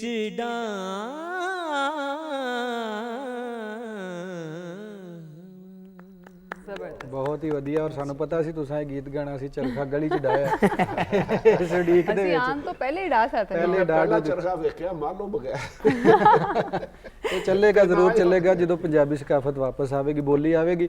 ਅੱਛਾ, ਕੁਝ ਲੋਕਾਂ ਨੂੰ ਨਾ ਜਦੋਂ ਗੀਤ ਉਹ ਗਾਉਂਦੇ ਨੇ ਅਲੀ ਬਖਸ਼ ਤੇ ਲਫ਼ਜ਼ਾਂ ਦੀ ਸਮਝ ਨਹੀਂ ਹੁੰਦੀ ਜਾਂ ਉਹਦਾ ਤਲਫੁਜ਼ ਗਲਤ ਕਰ ਦਿੰਦੇ ਨੇ। ਇਹ ਮੈਂ ਅਕਸਰ ਸਿੰਗਰਾਂ ਕੋ ਸੁੱਖਿਆ ਜੀ ਜੀ ਮਣਕਾ ਜਿਹੜਾ ਮਣਕਾ ਪਾਵਣ ਦਾ ਜੇ ਸ਼ਊਰ ਹੋਵੇ, ਉਹ ਲਫ਼ਜ਼ ਸ਼ਊਰ ਹੈ, ਅਕਸਰ ਸੁਣਿਆ ਸ਼ਹੂਰ ਹੋਵੇ। ਅਕਸਰ ਸਿੰਗਰ ਜਿਹੜੇ ਨਵੇਂ ਨੇ ਆਉਣ ਵਾਲੇ ਉਹਨਾਂ ਕੋ ਮੈਂ ਇਹ ਲਫ਼ਜ਼ ਸੁਣਿਆ ਹੈਗਾ। ਬੜੀ ਟ੍ਰੇਨਿੰਗ ਅਬਦੁਲ ਰਸ਼ੀਦ ਸਾਹਿਬ ਤੁਸੀਂ ਵੀ ਜਾਣਦੇ ਹੋ ਕਿ ਲਫ਼ਜ਼ ਦੀ ਅਦਾਇਗੀ ਉਹ ਕਿਸ ਤਰ੍ਹਾਂ ਕਹਿਣਾ ਹੈ। ਸਿਰਫ ਗਾਇਕੀ ਨਹੀਂ, ਰੱਬ ਨੇ ਆਵਾਜ਼ ਦਿੱਤੀ ਤੇ ਗਾ ਲਿਆ, ਇਹ ਤੇ ਨਹੀਂ। ਦੱਸੋ ਤੁਸੀਂ ਕੁਝ ਕਹਿਣਾ ਚਾਹੁੰਦੇ? ਇੱਕ ਮੈਂ ਚੁੱਕੇ ਮੈਂ ਜੋ ਗਾਣਾ ਹੋਵੇ ਨਾ ਮੈਂ ਪਹਿਲਾਂ ਉਹਨੂੰ ਵੇਖਣਾ ਲਿਖਿਆ ਕੀ ਹੈ, ਉਹਦੇ ਬਾਅਦ ਜੇ ਮੈਨੂੰ ਨਹੀਂ ਸਮਝ ਆ ਰਹੀ ਤਾਂ ਮੈਂ ਕਿਸੇ ਆਪਣੇ ਵੱਡੇ ਤੋਂ ਪੁੱਛਣਾ। ਜੇ ਘਰੋਂ ਨਾ ਪਤਾ ਲੱਗੇ ਫਿਰ ਕਿਸੇ ਬਾਹਰ ਦੇ ਵੱਡੇ ਕੋਲ ਪੁੱਛ ਲਈਦਾ। ਜੀ ਮੇਰੇ ਘਰ ਵੀ ਨਹੀਂ ਸੀ ਪਤਾ, ਤੁਸੀਂ ਦੱਸੋ। ਤਾਂ ਮੈਂ ਇੱਕ ਬੜਾ ਅੱਛਾ ਇੱਕ ਦੋਸਤ ਨੇ ਉਹਨਾਂ ਨੇ ਇੱਕ ਵੰਡ ਕੱਢੀ ਤੇ ਉਹਦੇ ਬਾਅਦ ਮਤਲਬ ਉਹ ਬੜਾ ਖੂਬਸੂਰਤ ਉਹਦੇ ਬਾਅਦ ਹੋ ਗਿਆ ਨਾ, ਤੈਨੂੰ ਕਾਫਰ ਕਾਫਰ ਆਖਦੇ ਤੂੰ ਆਹੋ ਆਹੋ ਆਖ। ਬਾਬਾ ਬੁੱਲੇ ਸ਼ਾਹ ਇੰਨੀ ਸੁਣਿਆ ਉਹਨਾਂ ਵੰਡ ਕੱਢੀ ਤੇ ਉਹਦੇ ਬਾਅਦ ਮੈਨੂੰ ਲਹਿਜੇ ਦੀ ਸਮਝ ਆਈ ਕਿ ਲਹਿਜਾ ਕਿੰਨਾ ਫਰਕ ਪਾ ਦੇ। ਉਹਨਾਂ ਆਖਿਆ ਤੈਨੂੰ ਕਾਫਰ ਕਾਫਰ ਆਖਦੇ, ਸਪੇਸ ਵਿੱਚ ਦੇਣੀ ਇੱਕ, ਤੈਨੂੰ ਕਾਫਰ ਕਾਫਰ ਆਖਦੇ, ਜਿਹੜੇ ਆਪ ਕਾਫਰ ਨੇ ਉਹ ਤੈਨੂੰ ਕਾਫਰ ਆਖਦੇ ਨੇ। ਉਹਨੇ ਕਿਹਾ ਗੱਲ ਅਸਲ ਇੰਝ ਲੱਗਦੀ ਹੈ, ਤੈਨੂੰ ਕਾਫਰ ਕਾਫਰ ਆਖਦੇ ਤੂੰ ਆਹੋ ਆਹੋ ਆਹ ਜਾਨ ਛੜਾ ਇਹਨਾਂ ਕੋਲੋਂ ਮਗਰੋਂ ਲਾ ਇਹਨਾਂ। ਯਾਨੀ ਕਿ ਸ਼ੇਰ ਦੀ ਸਮਝ ਵੀ ਨਹੀਂ ਆਉਂਦੀ ਜੇ ਤੁਸੀਂ ਤਲਫੁਜ਼ ਨਾਲ ਠੀਕ ਕਰੋ। ਇਹ ਬਹੁਤ ਇਹ ਜਿਹੜਾ ਨਾ ਬੜੀ ਅੱਛੀ ਗੱਲ ਤੁਸੀਂ ਇਹ ਨੋਟ ਕੀਤੀ ਹੈ ਕਿ ਗੱਲ ਸਮਝਣ। ਹੁਣ ਇਹ ਨਾ ਕਹਿੰਦਾ ਵੀ ਹਰ ਚਰਖੇ ਦੇ ਗੇੜੇ ਮੈਂ ਤੈਨੂੰ ਯਾਦ ਕਰ। ਇਹ ਜਿਹੜਾ ਨਾ ਤਸੱਵੁਫ ਦਾ ਜਿਹੜਾ ਜਾਂ ਆਰਫਾਨਾ ਕਲਾਮ ਹੈ, ਇਹ ਰਮਜ਼ੀਆ ਇੱਕ ਕਲਾਮ ਹੈ। ਉਹ ਜਿਹੜਾ ਕਹਿੰਦਾ ਨਾ ਵੀ ਹਰ ਚਰਖੇ ਦੇ ਗੇੜੇ ਮੈਂ ਤੈਨੂੰ ਯਾਦ ਕਰਦੀ, ਉਹ ਐਸਾ ਹੈ ਗੇੜਾ ਜਿਹੜਾ ਨਾ ਉਹ ਚਰਖਾ ਜਿਹੜਾ ਨਾ ਉਹ ਤੁਹਾਡਾ ਤਨ ਹੈ ਤੇ ਉਹ ਜਿਸਮ ਹੈ ਤੁਹਾਡਾ, ਤੇ ਉਹ ਜਿਹੜਾ ਸਾਹ ਤੁਸੀਂ ਲੈਂਦੇ ਹੋ ਨਾ ਪਿਆਉਂਦੇ ਹੋ, ਤੇ ਹਰ ਚਰਖੇ ਦੇ ਗੇੜੇ ਮੈਂ ਤੈਨੂੰ ਚਰਖੇ ਦਾ ਗੇੜਾ ਫਿਰਕੀ ਨਾਲ ਵੀ ਉਹਨਾਂ ਨੇ ਕਿਤੇ ਥੋੜਾ ਜਿਹਾ ਤਸ਼ਬੀਹ ਬਣਾਈ ਹੈ। ਜਦੋਂ ਸੂਰਜ ਇਸ ਤਰ੍ਹਾਂ ਡੁੱਬਦਾ ਹੈ ਔਰ ਅਗਲੇ ਦਿਨ ਚੜ੍ਹਦਾ ਹੈ ਔਰ ਇੱਕ ਦੁਨੀਆ ਦਾ ਘੜੀ ਇਸ ਤਰ੍ਹਾਂ ਘੁੰਮਦੀ ਹੈ, ਉਸੇ ਤਰ੍ਹਾਂ ਚਰਖਾ ਘੁੰਮਦਾ, ਉਹਦੇ ਹਰ ਗੇੜੇ ਪਿੱਛੇ ਮੈਂ ਤੈਨੂੰ ਯਾਦ ਕਰਦੀ ਹਾਂ। ਵਾਰਿਸ ਸ਼ਾਹ ਦਾ ਵੀ ਇਹ ਹਾਲ ਹੈ ਕਿ ਜਿਸ ਮੈਂ ਹੀਰ ਸੁਣਾਈ ਸੀ ਨਾ, ਵਾਰਿਸ ਸ਼ਾਹ ਦਾ ਵੀ ਇਹ ਹਾਲ ਹੈ ਕਿ ਉਹ ਤੁਹਾਨੂੰ ਗਲੀ ਬਾਤੀ ਜਿਹੜਾ ਨਾ ਉਹ ਕਿਤੇ ਦਾ ਕਿਤੇ ਪਹੁੰਚਾ ਦਿੰਦੇ ਨੇ ਵੀ ਜੰਜ ਖੇੜਿਆਂ ਦੀ ਵਿਹੜੇ ਆਣ ਟੁੱਕੀ, ਜੰਜ ਖੇੜਿਆਂ ਦੀ ਵਿਹੜੇ ਆਣ ਟੁੱਕੀ, ਅੰਦਰ ਹੀਰ ਦੀਆਂ ਹੋਣ ਤਿਆਰੀਆਂ ਨਹੀਂ, ਮਲ ਮਲ ਨੂੰ ਆਉਂਦੀਆਂ ਹੀਰ ਤਾਈ, ਕੁੜੀਆਂ ਝੰਗ ਸਿਆਲਾਂ ਦੀਆਂ ਸਾਰੀਆਂ। ਵਾਹ ਜੀ ਵਾਹ, ਬਹੁਤ ਖੂਬਸੂਰਤ। ਲੈ ਨੀ ਘਰ ਹੀਰੇ ਤੇਰੇ ਸਹੁਰਿਆਂ ਦਾ,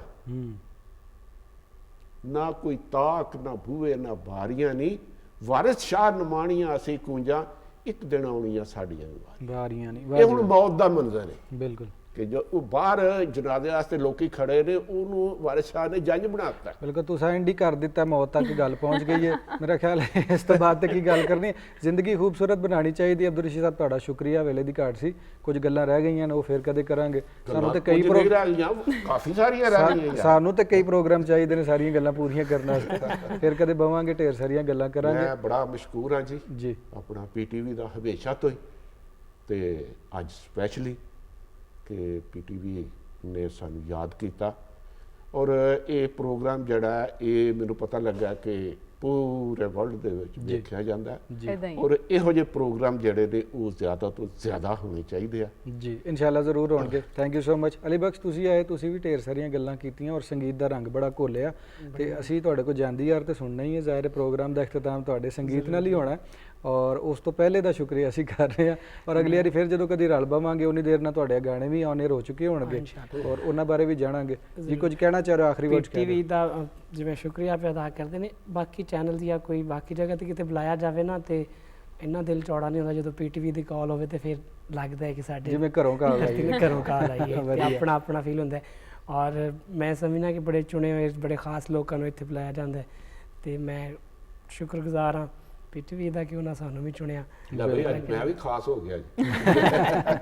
ਬਿਲਕੁਲ, ਆਰਟਿਸਟ ਸਾਡੇ ਸਾਰੇ ਖਾਸ ਨੇ ਔਰ ਨਾਜ਼ਰੀਨ ਨੂੰ ਵੀ ਕਹਾਂਗੇ ਕਿ ਸਾਡੇ ਜਿੰਨੇ ਵੀ ਆਰਟਿਸਟ ਨੇ ਉਹ ਯਕੀਨੀ ਤੌਰ ਤੇ ਖਾਸ ਨੇ। ਮੇਰੇ ਔਰ ਡਾਕਟਰ ਮੁਤਜੱਲਾ ਵੱਲੋਂ ਜਿਹੜਾ ਹੈ ਉਹ ਸਾਡੇ ਵੱਲੋਂ ਤਾਂ ਖੁਦਾ ਹਾਫਿਜ਼ ਦੇ ਸੰਗੀਤ ਉੱਤੇ ਅਸੀਂ ਐਂਡ ਕਰਨਾ ਹੈ ਔਰ ਆਪਣਾ ਸ਼ੇਰ ਵੀ ਕਹਿ ਦਾਂਗੇ ਕਿ ਲੈ ਉਹ ਯਾਰ ਹਵਾਲੇ ਰੱਬ ਦੇ ਤੇ ਮੇਲੇ 4 ਦਿਨਾਂ ਦੇ, ਉਸ ਦਿਨ ਈਦ ਮੁਬਾਰਕ ਹੋਸੀ ਜਿਸ ਦਿਨ ਫੇਰ ਮਿਲਾਂਗੇ ਤੇ ਵਾਰੀ ਹੈ ਅਲੀ ਬਖਸ਼ ਦੀ। ਜੀ ਅਲੀ ਬਖਸ਼। ਰਾਂਝੇ ਮੱਝੀਆਂ ਚਰਾਈਆਂ,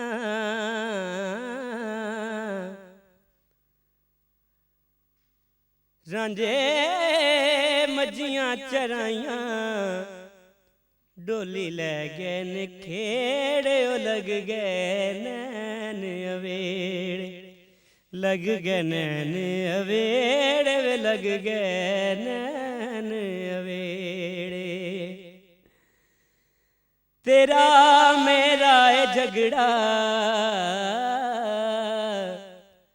तेरा मेरा है झगड़ा, मौलाया पे नबेड़े वे, लग गए नैन अवे, ओ लग गए नैन अवेड़े वे, लग गए नैन अवेड़े, नैन अवेड़े